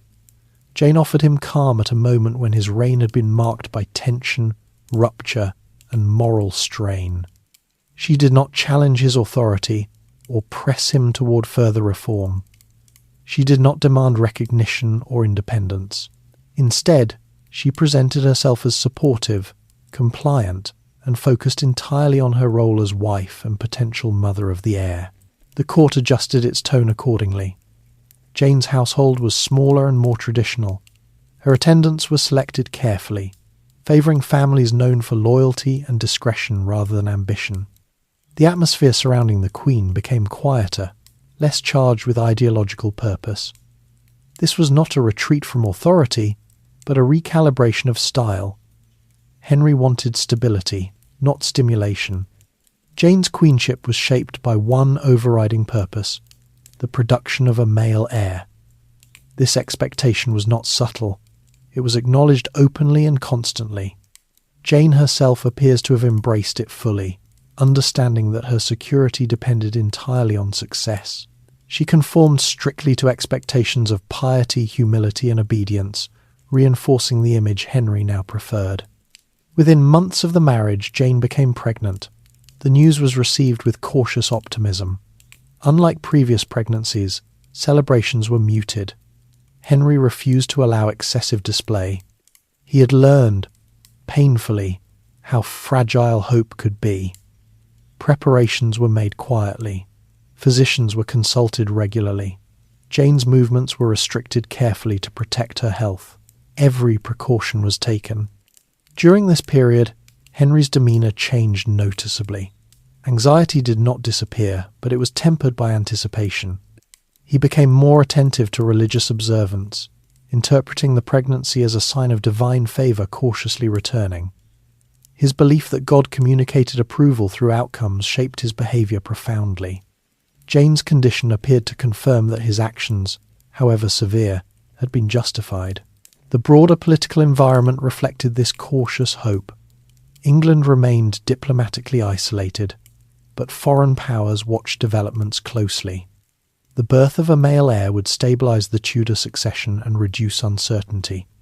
Ambassadors reported carefully, aware that the outcome would influence alliances and negotiations. The future of England appeared, once again, to hinge on a single event. Jane herself endured pregnancy with seriousness and restraint. Contemporary accounts emphasise her quiet demeanour and careful observance of medical advice. She did not seek attention or sympathy. Her focus remained fixed on the task before her. The court interpreted her behaviour as evidence of virtue, reinforcing the narrative Henry preferred.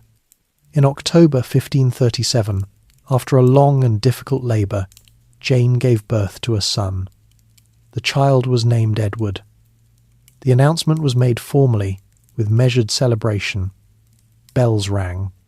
Te Deums were sung. Proclamations were issued. This time, the preparations matched the outcome. England had an undisputed male heir. Henry's response was unmistakable. He expressed joy openly, publicly, and without reservation. Years of tension appeared to lift in a single moment. The birth of Edward was interpreted as confirmation that the king's conscience had been correct, that divine favour had returned, and that the future of the dynasty was secure. The significance of the event cannot be overstated. It resolved the central problem that had shaped Henry's reign for nearly 2 decades. Jane's position was transformed instantly. She was now the mother of the heir, the role that carried the greatest prestige and security within Tudor queenship. Plans were made for her coronation, though they were never realised. For the moment, the court focused on the christening, which was conducted with careful ceremony. Edward was presented as the embodiment of stability, continuity, and hope. Yet the triumph was brief.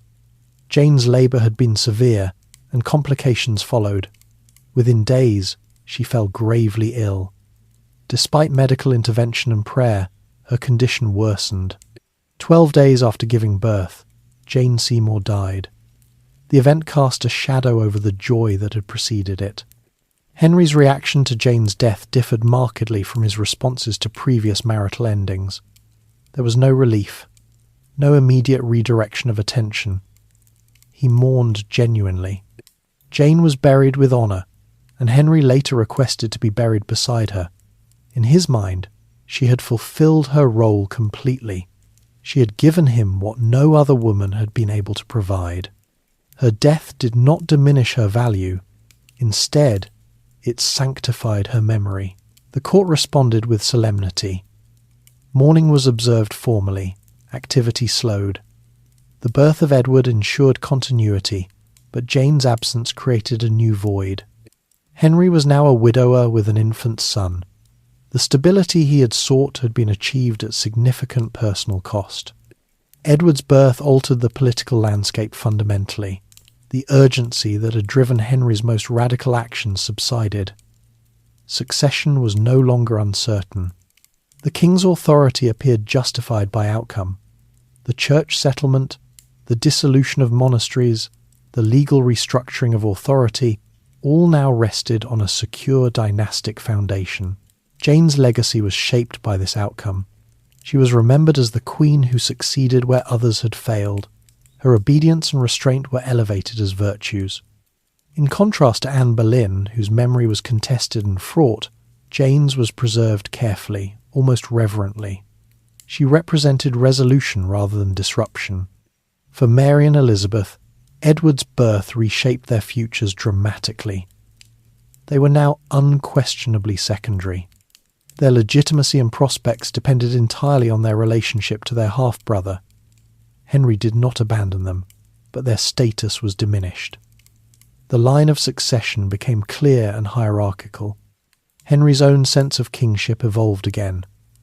The achievement of a male heir reduced pressure but did not soften authority. Instead, it reinforced his belief that decisive action, however harsh, produced order. The experience confirmed his interpretation of history as a series of tests that demanded resolution rather than endurance. Jane Seymour's brief queenship illustrates the logic that had come to govern Henry's reign. Value was measured by outcome. Obedience was rewarded. Stability was prioritized over affection or ideology. The personal and political remained inseparable, but the balance now favoured consolidation rather than change. England moved forward under this new arrangement with cautious relief. The future appeared settled. A king had an heir. The dynasty was secured. The violent uncertainty that had defined earlier years receded, replaced by a quieter, more controlled confidence. Yet this confidence rested on fragile foundations. Edward was an infant. Henry's health was declining. The systems he had created depended heavily on his continued authority. Jane's death reminded the court that stability achieved through singular outcomes could be fleeting. For now, however, the central goal had been met. Jane Seymour had given Henry VIII a son, and with that act she secured her place in history. Her queenship was brief, but its impact was decisive. The long struggle for succession had ended, not with celebration, but with quiet finality, monasteries and money. With the birth of Edward and the securing of the Tudor succession, a sense of resolution settled briefly over Henry VIII's reign. The urgency that had driven the king's most radical decisions eased, but it did not disappear. Instead, it redirected itself. The structures Henry had built to solve one problem now offered solutions to others. Chief among these was the question of resources, financial, administrative, and symbolic. The dissolution of the monasteries, already underway in limited form, now expanded into a comprehensive reshaping of England's religious and economic landscape.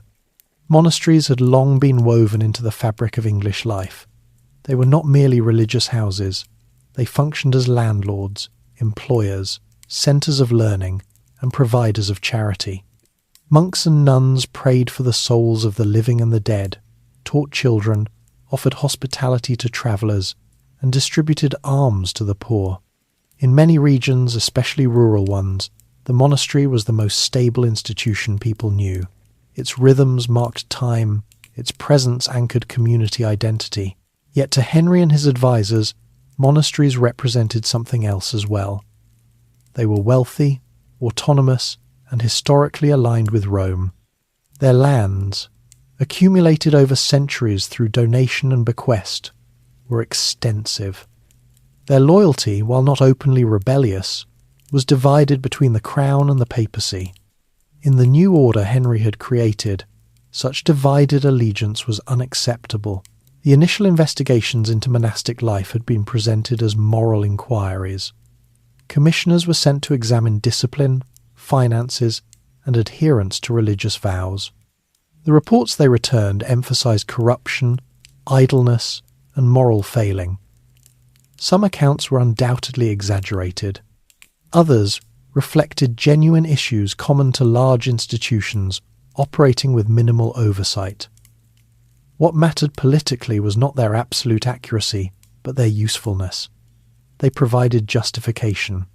Parliament responded by authorising the dissolution of smaller monasteries, those deemed financially insignificant or morally compromised.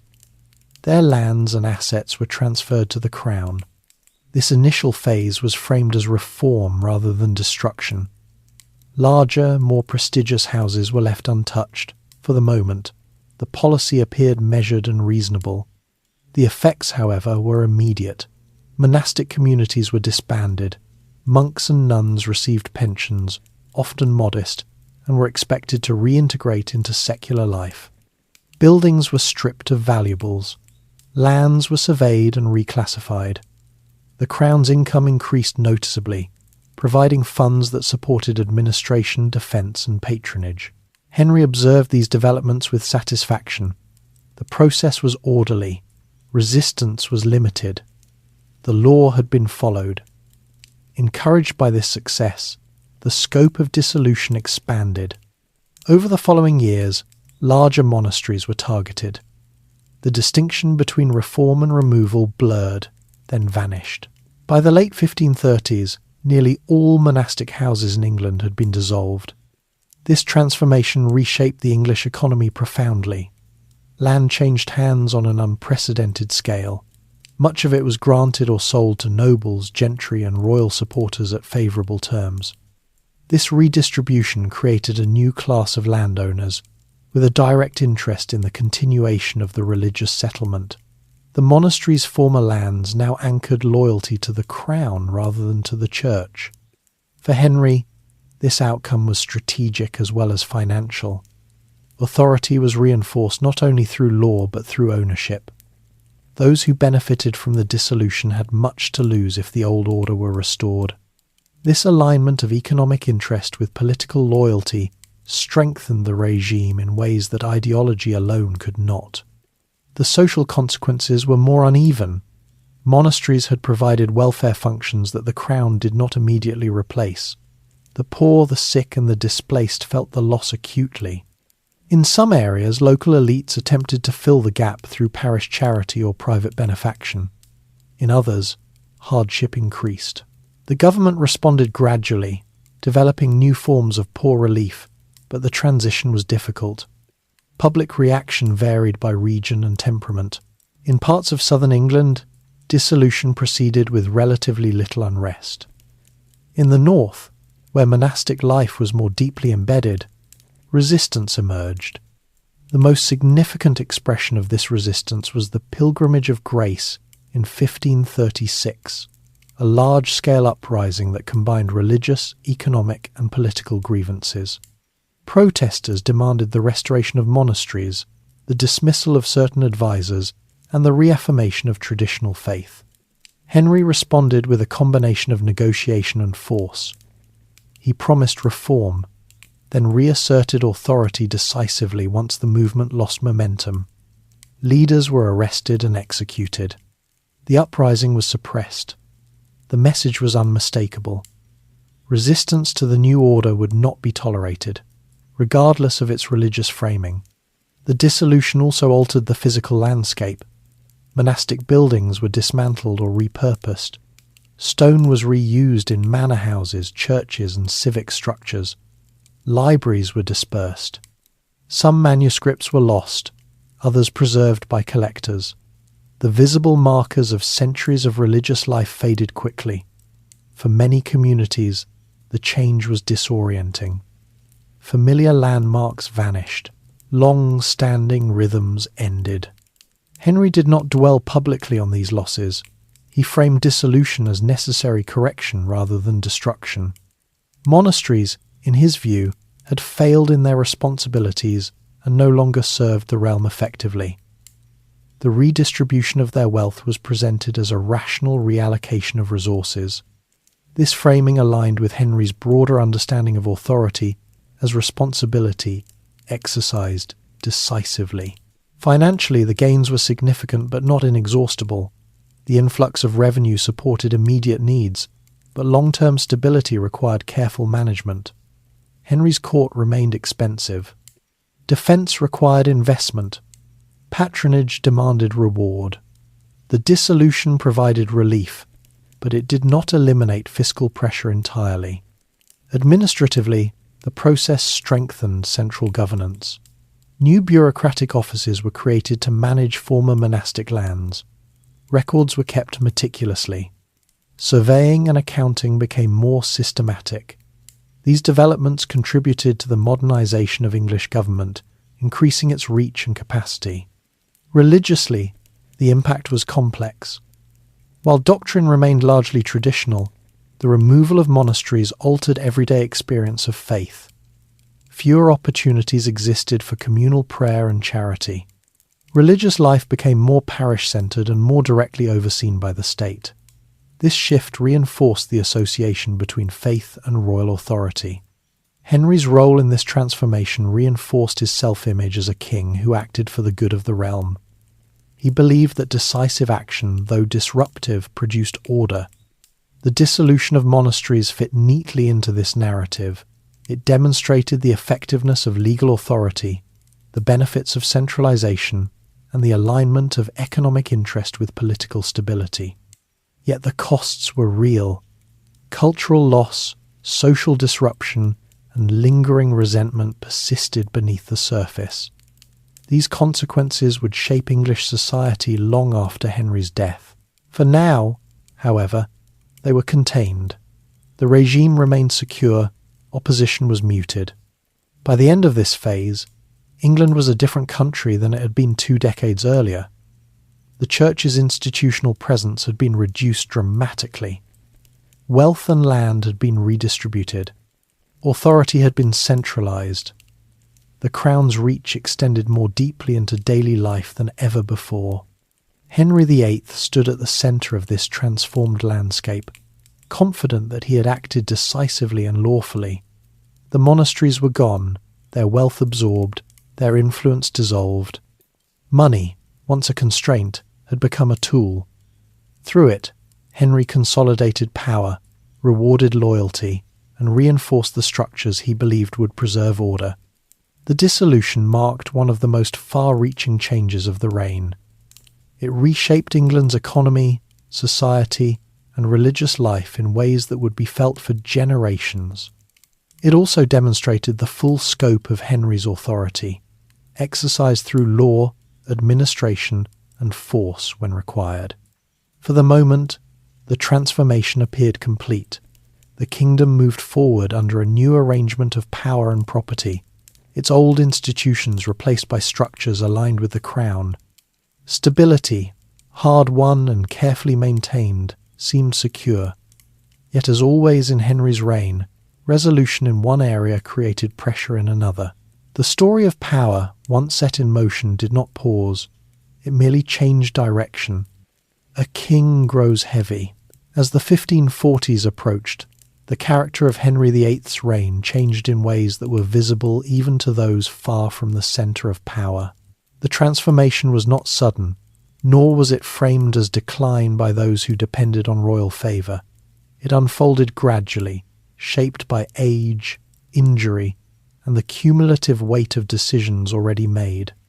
The king who had once embodied vigour, athleticism, and restless ambition now governed through a different presence, more stationary, more guarded, and more absolute. Henry was still relatively young by modern standards, but his body bore the marks of a life lived intensely. Years of jousting, hunting, and physical competition had taken their toll. A severe injury sustained during a tournament in 1536 had never fully healed. The wound caused chronic pain and limited his mobility. Infections followed. Movement became difficult. Physical activity, once a source of pleasure and identity, now required effort and caution. This physical change affected Henry's daily routine. He spent more time indoors, seated rather than active. Meals became longer and heavier. The court adapted to accommodate him, adjusting schedules and spaces accordingly. The image of the king shifted.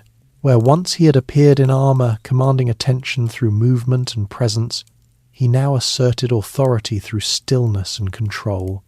Weight gain was a visible sign of this transformation. Contemporary observers commented on Henry's increasing size, interpreting it variously as indulgence, illness, or the natural consequence of reduced activity. For Henry himself, physical decline carried psychological implications. He had defined kingship through strength and decisiveness. As his body constrained him, his insistence on authority intensified rather than softened. This period also marked a hardening of temperament. Henry's patience, never abundant, diminished further. He became less tolerant of disagreement and more inclined to interpret hesitation as disloyalty. The mechanisms of governance he had created, centralized authority, expanded treason laws, and strict enforcement now operated with greater intensity. The margin for error narrowed. The court reflected this shift. Access to the king became more controlled. Decisions were issued more abruptly. Advisers spoke with increased caution, aware that misjudgment could have severe consequences. The atmosphere, once animated by debate and ambition, grew quieter and more constrained. Thomas Cromwell, whose influence had peaked during the dissolution of the monasteries, now faced the limits of his position. His effectiveness had rested on his ability to translate Henry's will into policy. As the king's priorities changed, Cromwell's methods were tested. He remained capable and industrious, but his margin for independence shrank. Foreign policy during this period was marked by renewed anxiety. England's isolation following the break with Rome remained a concern. Alliances were unstable. Threats from continental powers persisted.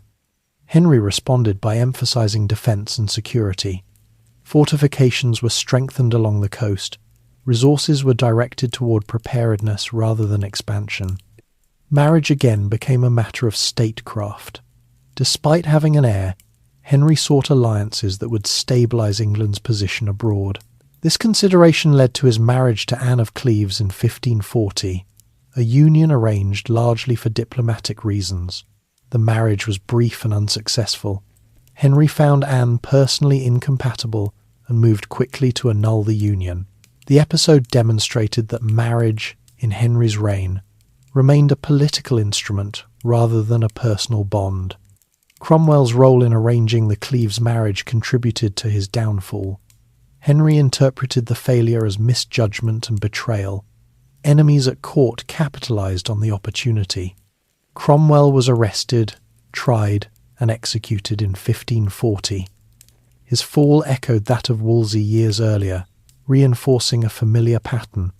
Service at the highest level brought influence but no security.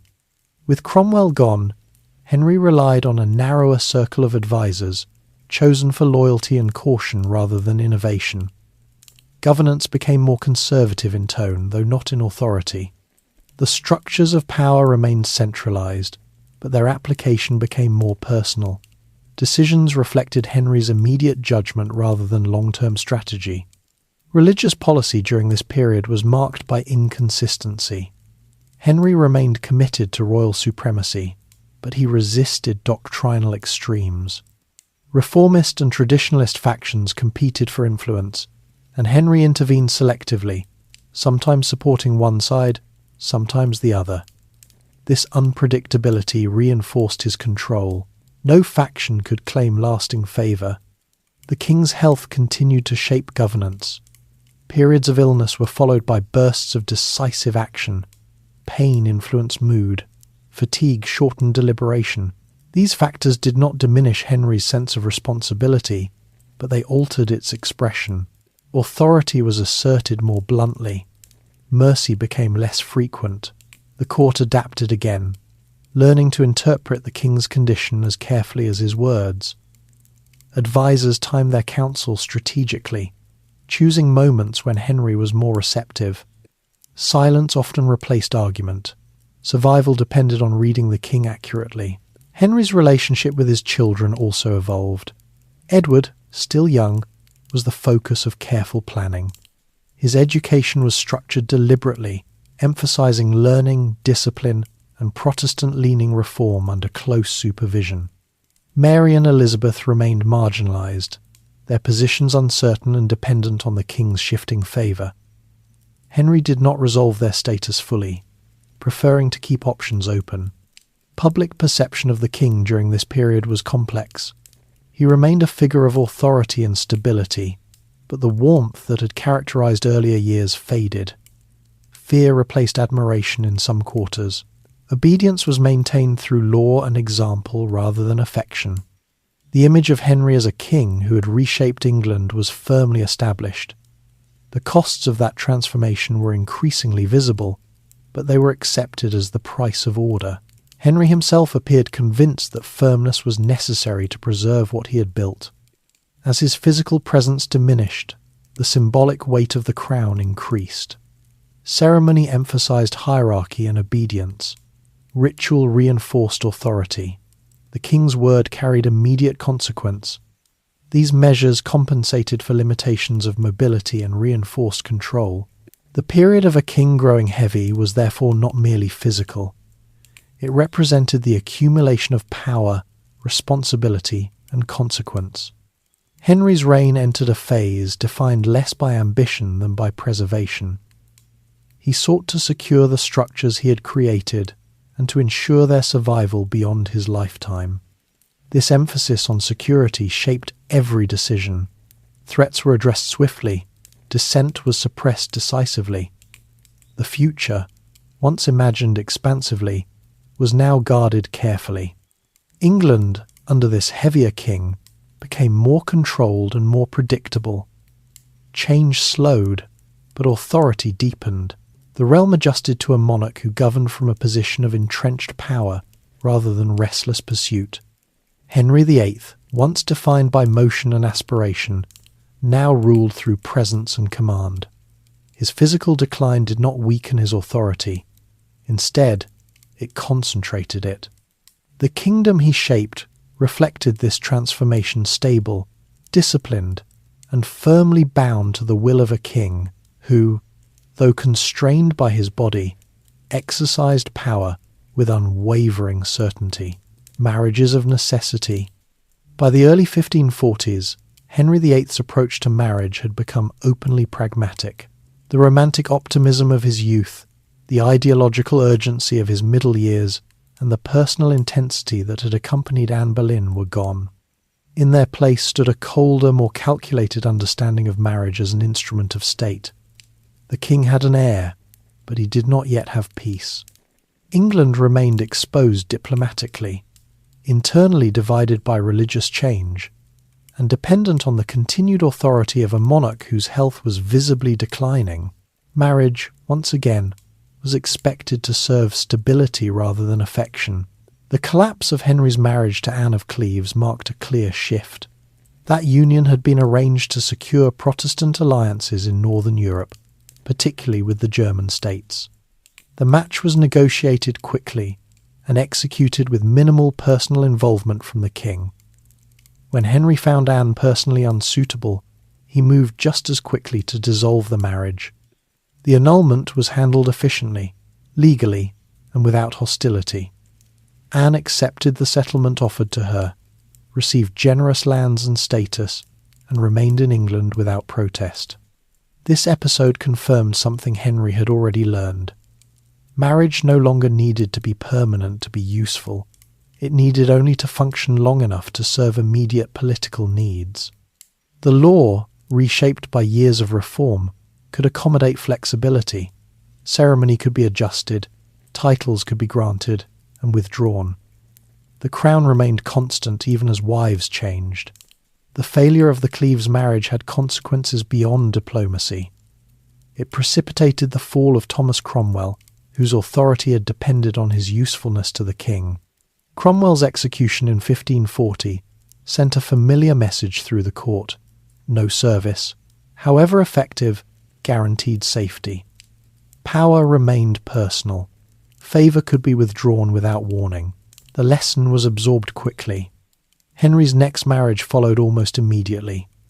Catherine Howard, a young woman connected to the powerful Howard family, was presented as a contrast to Anne of Cleves in every respect.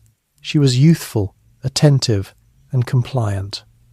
For Henry, the marriage offered comfort and affirmation at a time when physical decline weighed heavily on him.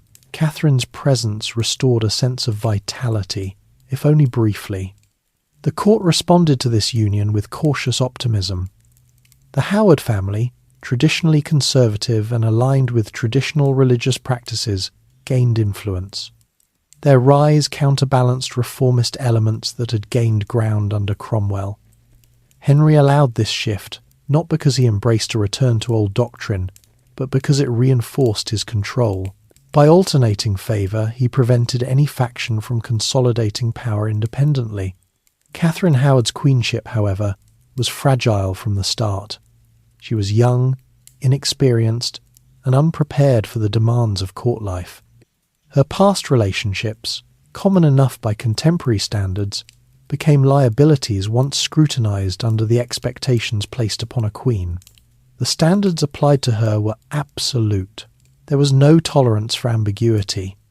As with Anne Boleyn, the machinery of accusation moved quickly once doubt entered the king's mind. Evidence of Catherine's previous conduct surfaced through rival factions and concerned advisers. What might once have been dismissed as indiscretion was now interpreted as treason. The precedent had been established. A queen's sexual conduct was a matter of state security. Henry's reaction to Catherine Howard's betrayal was markedly different from his response to Anne Boleyn. Where Anne's fall had been accompanied by calculation and legal manoeuvring, Catherine's provoked shock and humiliation. Henry had invested in the marriage as a personal refuge as much as a political tool. The revelation of Catherine's past behaviour was experienced as a personal affront, undermining the comfort he had sought. Catherine was arrested, tried, and executed in 1542. The process followed established patterns. Charges were framed legally. Confessions were extracted. Judgment was swift. Public reaction was muted, shaped by fear and familiarity. The execution of a second queen confirmed that such events were no longer extraordinary. They had become, if not accepted, then expected within the logic of the reign. Henry emerged from Catherine Howard's fall physically and emotionally diminished. The repeated cycle of marriage, disappointment, and execution left visible marks. He withdrew further from court life, relying increasingly on a small circle of trusted servants. The urgency of securing the succession had been resolved, but the personal cost of maintaining authority had grown heavier. It was in this context that Henry entered his final marriage to Catherine Parr. Unlike her predecessors, Catherine Parr was neither a symbol of youthful promise nor a diplomatic pawn. She was a widow, experienced in managing households and estates, and intellectually inclined. Her role was not to provide an heir, but to provide stability, care, and continuity. Catherine Parr approached queenship with clear-eyed understanding. She recognised that her value lay in her ability to manage the king's household, care for his health, and maintain harmony among his children. She did not seek to challenge Henry's authority or redirect his policies. Instead, she focused on administration, education, and reconciliation. Under Catherine Parr's influence, Henry made efforts to restore relationships with Mary and Elizabeth. Both were brought back into the line of succession through parliamentary acts, though their legitimacy remained technically compromised. The gesture was practical rather than sentimental. Henry understood that a clear succession required contingency. Edward was young. Mortality remained a constant threat. including Mary and Elizabeth, provided stability. Catherine Parr also supported education and learning at court. She encouraged the study of languages, theology, and history, particularly for the royal children. Edward's education continued under careful supervision, shaped by reformist tutors but balanced by traditional instruction. Mary and Elizabeth received similarly rigorous educations, preparing them for roles that Henry could not fully define but understood would be significant. Religious discussion under Catherine Parr became more visible, though still constrained. She was sympathetic to reformist ideas and supported the circulation of devotional texts in English. This inclination brought her into occasional tension with conservative factions at court. At one point, her religious views attracted scrutiny serious enough to threaten her safety. Henry intervened, choosing to protect her. The decision reflected both personal attachment and practical judgment. Catherine Parr was useful, stabilizing, and non-threatening to his authority. The marriages of necessity that marked Henry's later reign revealed the evolution of his kingship. Marriage was no longer a source of transformation or hope. It was a tool for managing risk, securing alliances, and maintaining order. The emotional intensity that had once driven radical change had been replaced by procedural efficiency. For the court, these marriages reinforced patterns already learned.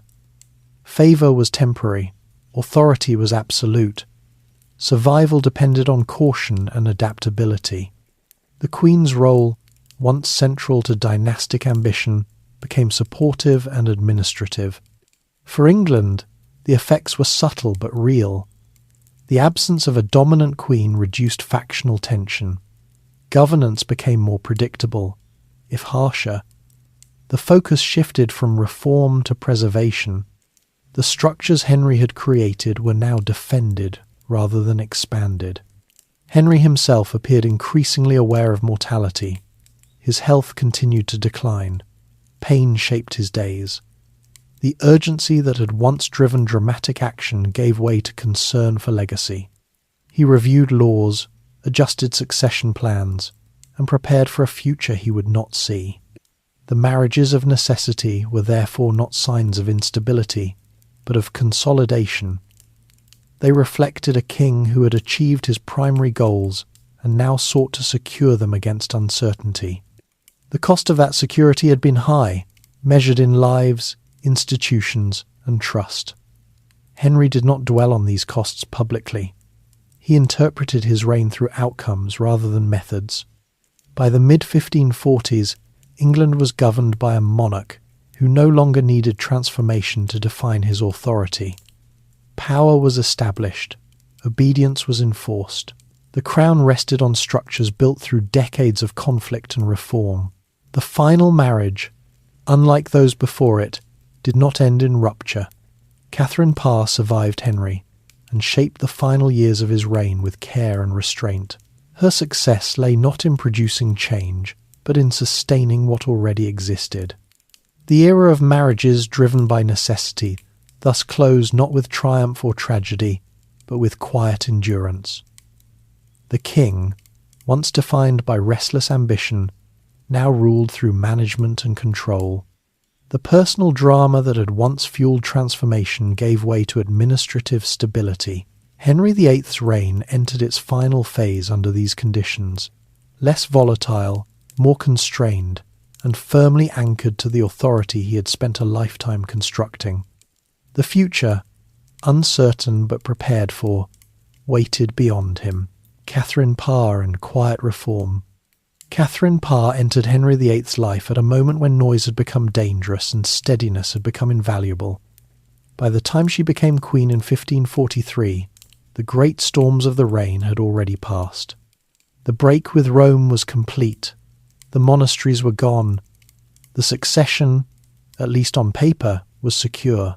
What remained was a kingdom shaped by forceful change, and a king whose physical strength no longer matched the authority he wielded. Catherine Parr's queenship would not be defined by upheaval or spectacle, but by management, patience, and quiet influence exercised within carefully drawn boundaries. Catherine Parr was unlike any of Henry's previous wives. She was not young, nor was she new to marriage. She had been widowed twice and understood the practical demands of running estates, managing households, and navigating family obligations. Her education was broad and serious.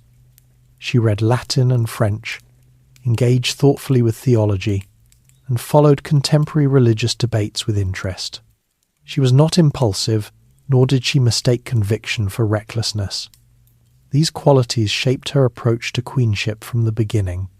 When Henry married Catherine Parr, expectations were restrained on both sides. There was no anticipation of children. Henry was nearly 52, and his health made the prospect of further heirs unlikely. Catherine's role was understood differently. She was to be caretaker, companion, and stabilizing presence. The marriage was practical, and both parties entered it with clarity about its purpose. Henry's physical condition dominated daily life at court during these years. His injuries had worsened. Chronic pain, limited movement, and disrupted sleep. Infections recurred. His temper, already short, became more volatile under strain. Governing required sustained attention, but his ability to focus was uneven. Catherine Parr responded by assuming responsibilities that went beyond ceremonial queenship. She oversaw household administration, coordinated care, and ensured continuity in the king's routines. This work was demanding and largely invisible, but it was essential. Catherine's effectiveness lay in her discretion. She did not seek public recognition or political dominance. She understood that Henry's authority was absolute, and that overt challenge would be fatal. Instead, she framed her influence as support. She listened carefully, responded cautiously, and chose moments for intervention with precision. This approach allowed her to operate within the narrow space Henry permitted without provoking resistance. One of Catherine Parr's most significant contributions was her role in reconciling Henry with his children. Mary and Elizabeth had spent years in uncertain positions, their legitimacy questioned and their status diminished. Catherine recognized that unresolved family division threatened the stability Henry sought to preserve. She encouraged contact, facilitated communication, and supported efforts to restore their standing. Her influence helped bring about the acts of succession that formally returned Mary and Elizabeth to the line of inheritance after Edward. This reconciliation was practical rather than sentimental. Henry did not revise his judgments about past events, nor did he apologize, yet he recognized the value of clarity. Including Mary and Elizabeth in the succession reduced risk. It acknowledged reality. Catherine Parr's role in this process was quiet but persistent. She framed the issue as one of order rather than emotion, aligning her counsel with Henry's priorities. Catherine's interest in education extended to the royal children. Edward's schooling continued under close supervision, emphasizing languages, theology, and governance. Catherine supported a curriculum that reflected reformist ideals while maintaining discipline and structure. Elizabeth, in particular, benefited from this environment. Her education was rigorous and wide-ranging, preparing her for responsibilities that were not yet defined but increasingly plausible. Catherine's encouragement of learning reinforced the idea that authority could be sustained through preparation as well as force. Religious life at court during Catherine Parr's queenship was delicate. England remained officially Catholic in doctrine, though separated from Rome. Reformist and conservative factions continued to compete quietly. Catherine herself leaned toward reform, favouring personal engagement with scripture and devotional practice in English. She authored religious works that emphasized faith and moral reflection, careful to avoid overt doctrinal controversy. This inclination placed Catherine at risk. Conservative elements at court viewed her interests with suspicion, aware of the precedent set by Anne Boleyn. Accusations of heresy were dangerous tools, and Catherine's writings attracted scrutiny.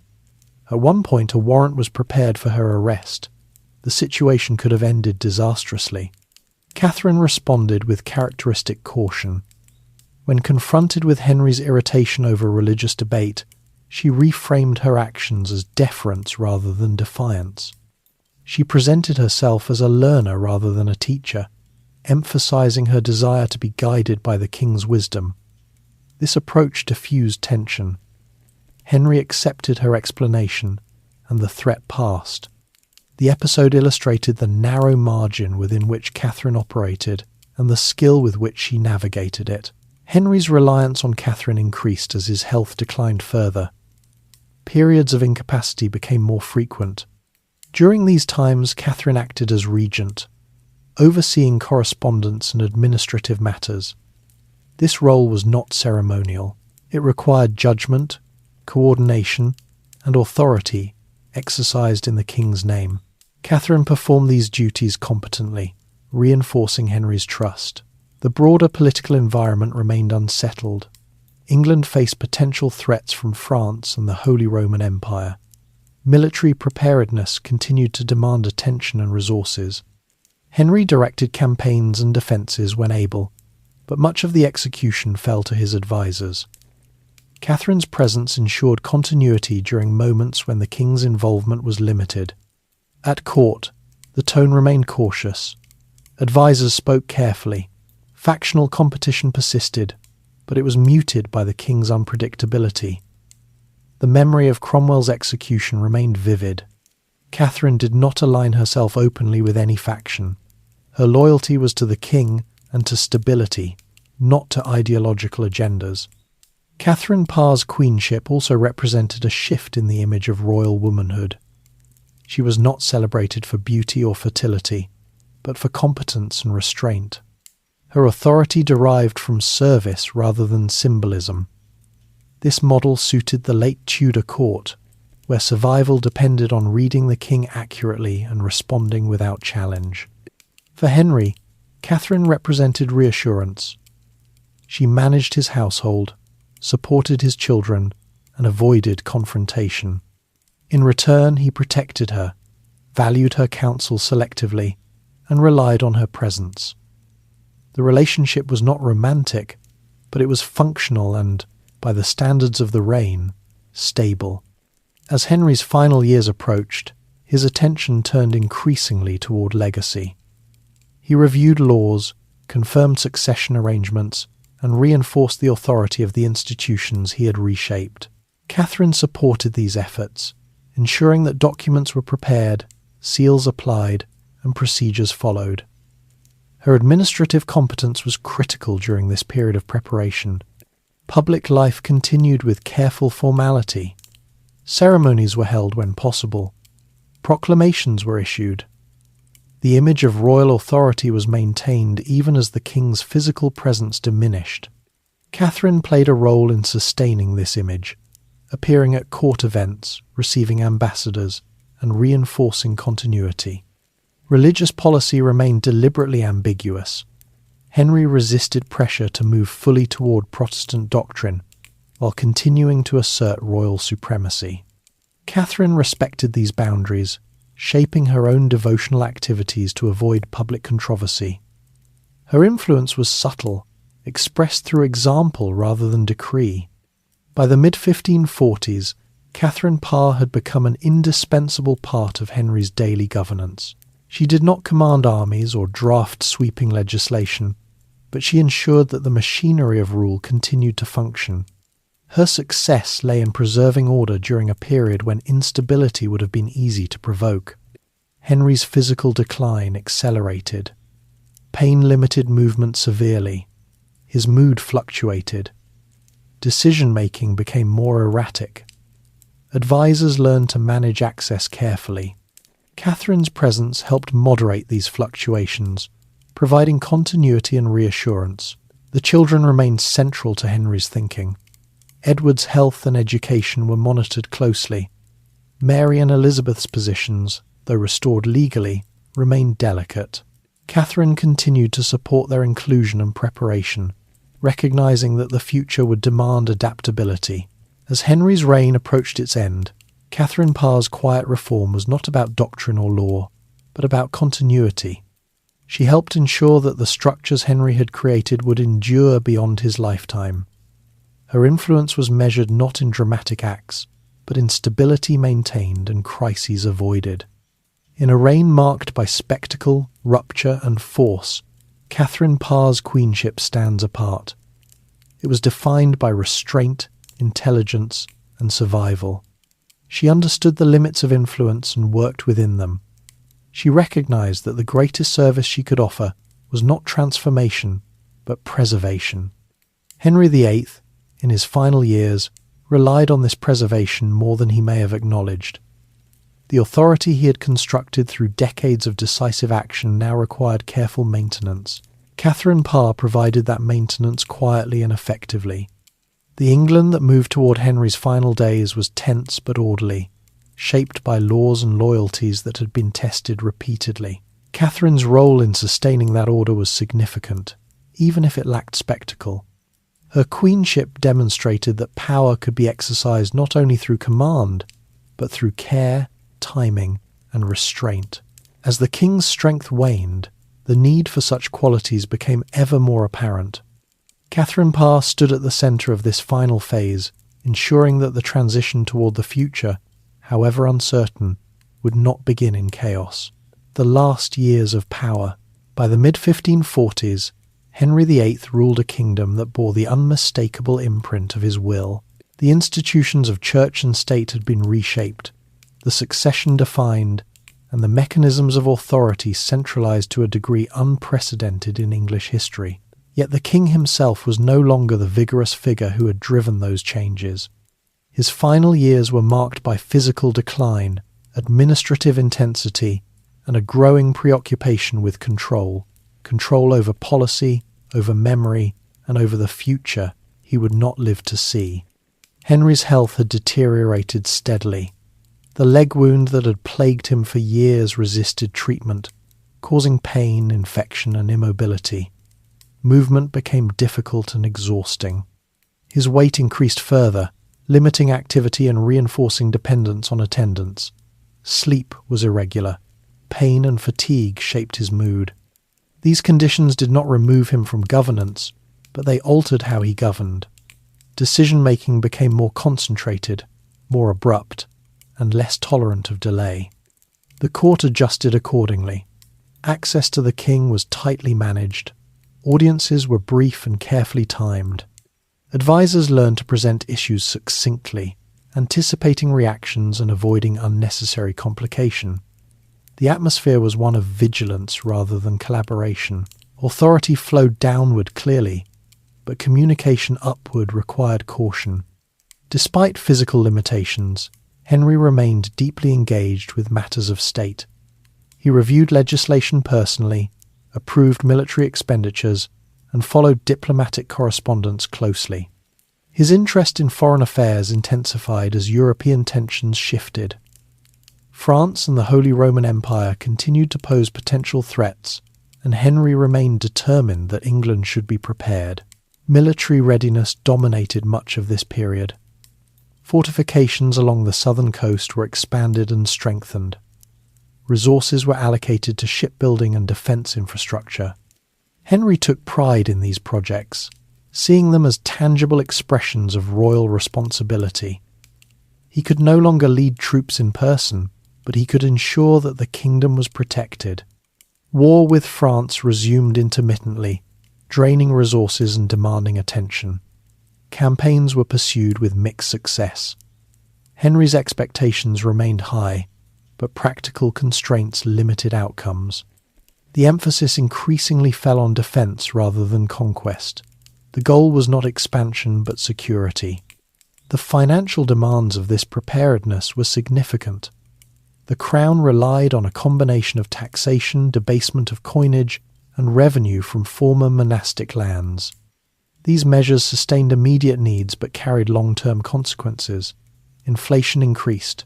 Economic pressure affected both urban and rural communities. Henry was aware of these effects but accepted them as necessary costs. Domestically, governance became more rigid. Treason laws were enforced strictly. Speech was monitored. The boundary between dissent and disobedience narrowed further. Henry believed that uncertainty invited instability, and he acted accordingly. The peace he sought was enforced rather than negotiated. Religious policy during these years reflected Henry's personal convictions and inconsistencies.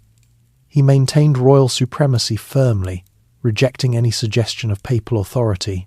At the same time, he resisted doctrinal radicalism.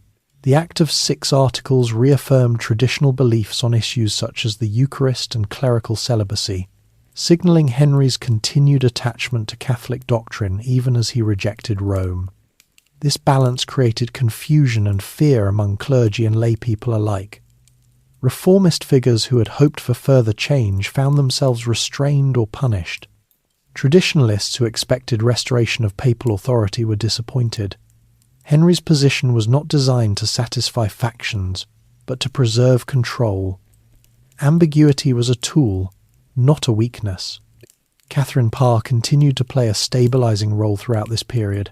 She managed household affairs, oversaw correspondence during Henry's illnesses, and maintained relationships with the royal children. Her presence allowed the machinery of court life to continue with minimal disruption. She remained cautious in religious expression, careful to avoid provoking suspicion. Henry's relationship with his advisors was increasingly selective. He relied on a small circle of men chosen for loyalty and efficiency rather than innovation. These advisors operated within narrow parameters, executing the king's will rather than shaping it. Initiative was risky. Obedience was valued. Succession planning became a central focus. Edward, still a child, was the acknowledged heir. Henry monitored his education closely, emphasizing discipline, learning, and religious instruction. The choice of tutors reflected reformist leanings tempered by royal oversight. Edward was prepared not simply to inherit the crown, but to uphold the structures Henry had built. Mary and Elizabeth's positions, though restored legally, remained complex. Henry maintained a careful distance, neither fully reconciling nor excluding them. Their inclusion in the succession was practical rather than affectionate. It provided insurance. Catherine Parr continued to support their education and inclusion, reinforcing stability. Henry's will occupied increasing attention. He revised it carefully, adjusting provisions and clarifying arrangements. The document reflected his priorities: a secure succession, strong governance during Edward's minority, and continuity of religious settlement. He appointed a council of regents to govern in Edward's name, selecting men he believed would preserve order. Memory and legacy weighed heavily on Henry's thinking. He had reshaped England profoundly and understood that judgment would follow. He did not seek forgiveness or reinterpretation. Instead, he sought durability. Laws were reaffirmed. Oaths were required. Structures were reinforced. The future, as he imagined it, would be bound to his decisions. Public life continued under this weight of authority. Ceremonies were held when possible, reinforcing continuity. Proclamations emphasized obedience and unity. The image of the crown remained intact, even as the king himself appeared less frequently. The court's social life diminished in intensity. Entertainment was limited. Movement between palaces slowed. The once energetic rhythms of Tudor life settled into a quieter, more controlled pattern. This change reflected not only Henry's health, but the maturity of the regime he had created. Fear and respect coexisted in public perception. Henry was acknowledged as a powerful and decisive ruler, but affection had largely disappeared. He was obeyed rather than admired. This outcome did not trouble him. In his view, stability mattered more than popularity. As Henry's final illness approached, governance continued without pause. Orders were issued, documents were signed, authority was maintained. Catherine Parr remained at his side, managing details and ensuring continuity. The children were kept informed, but shielded from uncertainty. The last years of power were therefore not marked by dramatic decline, but by consolidation. Henry ruled less through presence and more through structure. The systems he had created allowed governance to function even as his capacity diminished. This was a testament to their effectiveness and to his determination. The England Henry prepared to leave behind was disciplined, centralized, and bound to royal authority. Its institutions reflected decades of deliberate construction. Whether they would endure beyond him remained uncertain, but he had done everything within his power to ensure they would. In these final years, Henry VIII embodied the paradox of absolute authority. His control was complete, yet dependent on fragile human structures. His power was unquestioned, yet temporary. He governed with urgency not because he feared rebellion, but because he understood mortality. The king who had once reshaped the kingdom through bold action now guarded it through vigilance. His final exercise of power lay not in conquest or reform, but in preparation. The future would soon test the strength of what he left behind: death and the Tudor legacy. Henry VIII's final weeks unfolded without drama, but not without gravity. By January 1547, the decline that had shaped his last years reached its inevitable conclusion. His body, long burdened by injury, illness and excess, no longer sustained the authority it had carried for nearly 4 decades. Yet even as physical strength failed, the structures of power he had constructed remained firmly in place. The kingdom did not pause. Governance continued. Orders were issued. Preparations were completed. The king who had ruled through force of will until the end ensured that his departure would not disrupt the order he valued above all else. Henry spent his last days largely confined to his chambers, attended by servants, physicians, and trusted courtiers. Pain dominated his waking hours, infection worsened, sleep came irregularly. His mind, however, remained engaged. He continued to review documents, approve decisions, and receive brief reports. Authority was exercised until the final moment, not symbolically, but practically. Catherine Parr remained present, managing the household and ensuring that procedures were followed precisely. She did not seek to shape events beyond maintaining stability. Her role was continuity. The children were kept informed cautiously. Edward, only 9 years old, was shielded from the full weight of what was coming, though he understood that his life was about to change irrevocably. Henry's death occurred quietly on the 28th of January 1547. There were no public proclamations at the moment itself. News was managed carefully. The machinery of succession moved into place before the kingdom was formally informed. This restraint was deliberate. Henry had learned, through history and experience, that uncertainty invited danger. Edward VI was proclaimed king shortly thereafter. The transition was smooth, exactly as Henry intended. The Regency Council named in his will assumed authority, power transferred without challenge. England did not descend into chaos. This outcome, more than any monument or title, represented the fulfillment of Henry's central objective. Henry's funeral was conducted with formal dignity. Ritual emphasized continuity and legitimacy rather than emotion. He was buried at Windsor, beside Jane Seymour, the queen who had given him the son he believed justified his reign. The choice was symbolic and deliberate. In death, as in life, Henry framed his story around outcome. Public reaction to Henry's death was restrained. Mourning was observed as required, but there was no outpouring of affection. Respect, fear, and relief coexisted. For many, Henry had been the only monarch they had known. His authority had shaped every aspect of life: religious practice, law, property, and allegiance. His absence created uncertainty, but also possibility. The immediate legacy of Henry VIII was stability, but it was a stability built on fragile foundations. Edward VI inherited a crown, secured by law, but dependent on regents. He inherited a church separated from Rome, but doctrinally unresolved. He inherited a kingdom centralized around royal authority, yet vulnerable to faction and ideology. Henry's reformation of the Church was among his most enduring legacies. By asserting royal supremacy, he permanently altered the relationship between England and religious authority. Even when later monarchs attempted reconciliation with Rome, The precedent Henry established could not be erased easily.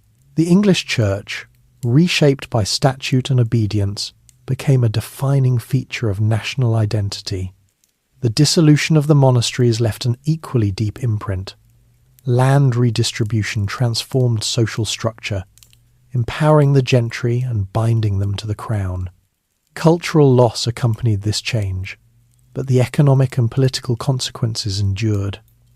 Property ownership and loyalty became tightly linked in ways that shaped governance for generations. Henry's approach to law also left a lasting mark. He demonstrated how legislation could be used to redefine institutions, relationships, and belief itself. Parliament, though subordinate, became an essential instrument of royal authority. This duality, absolute monarchy, expressed through law, would define English governance long after Henry's death.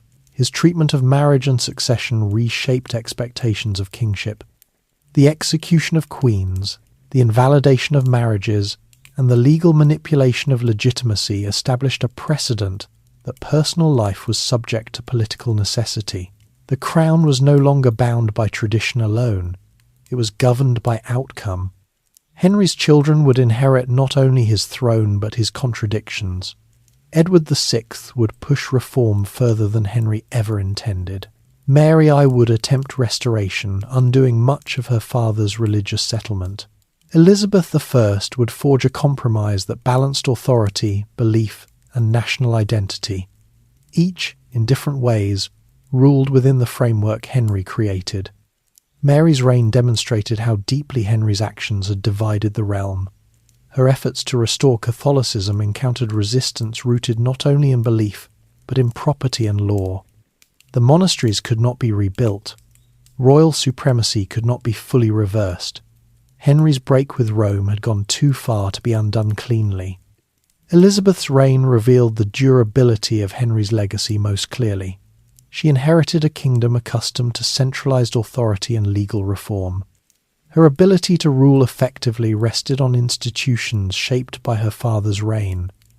The Church of England, defined under Henry, became a pillar of stability under her.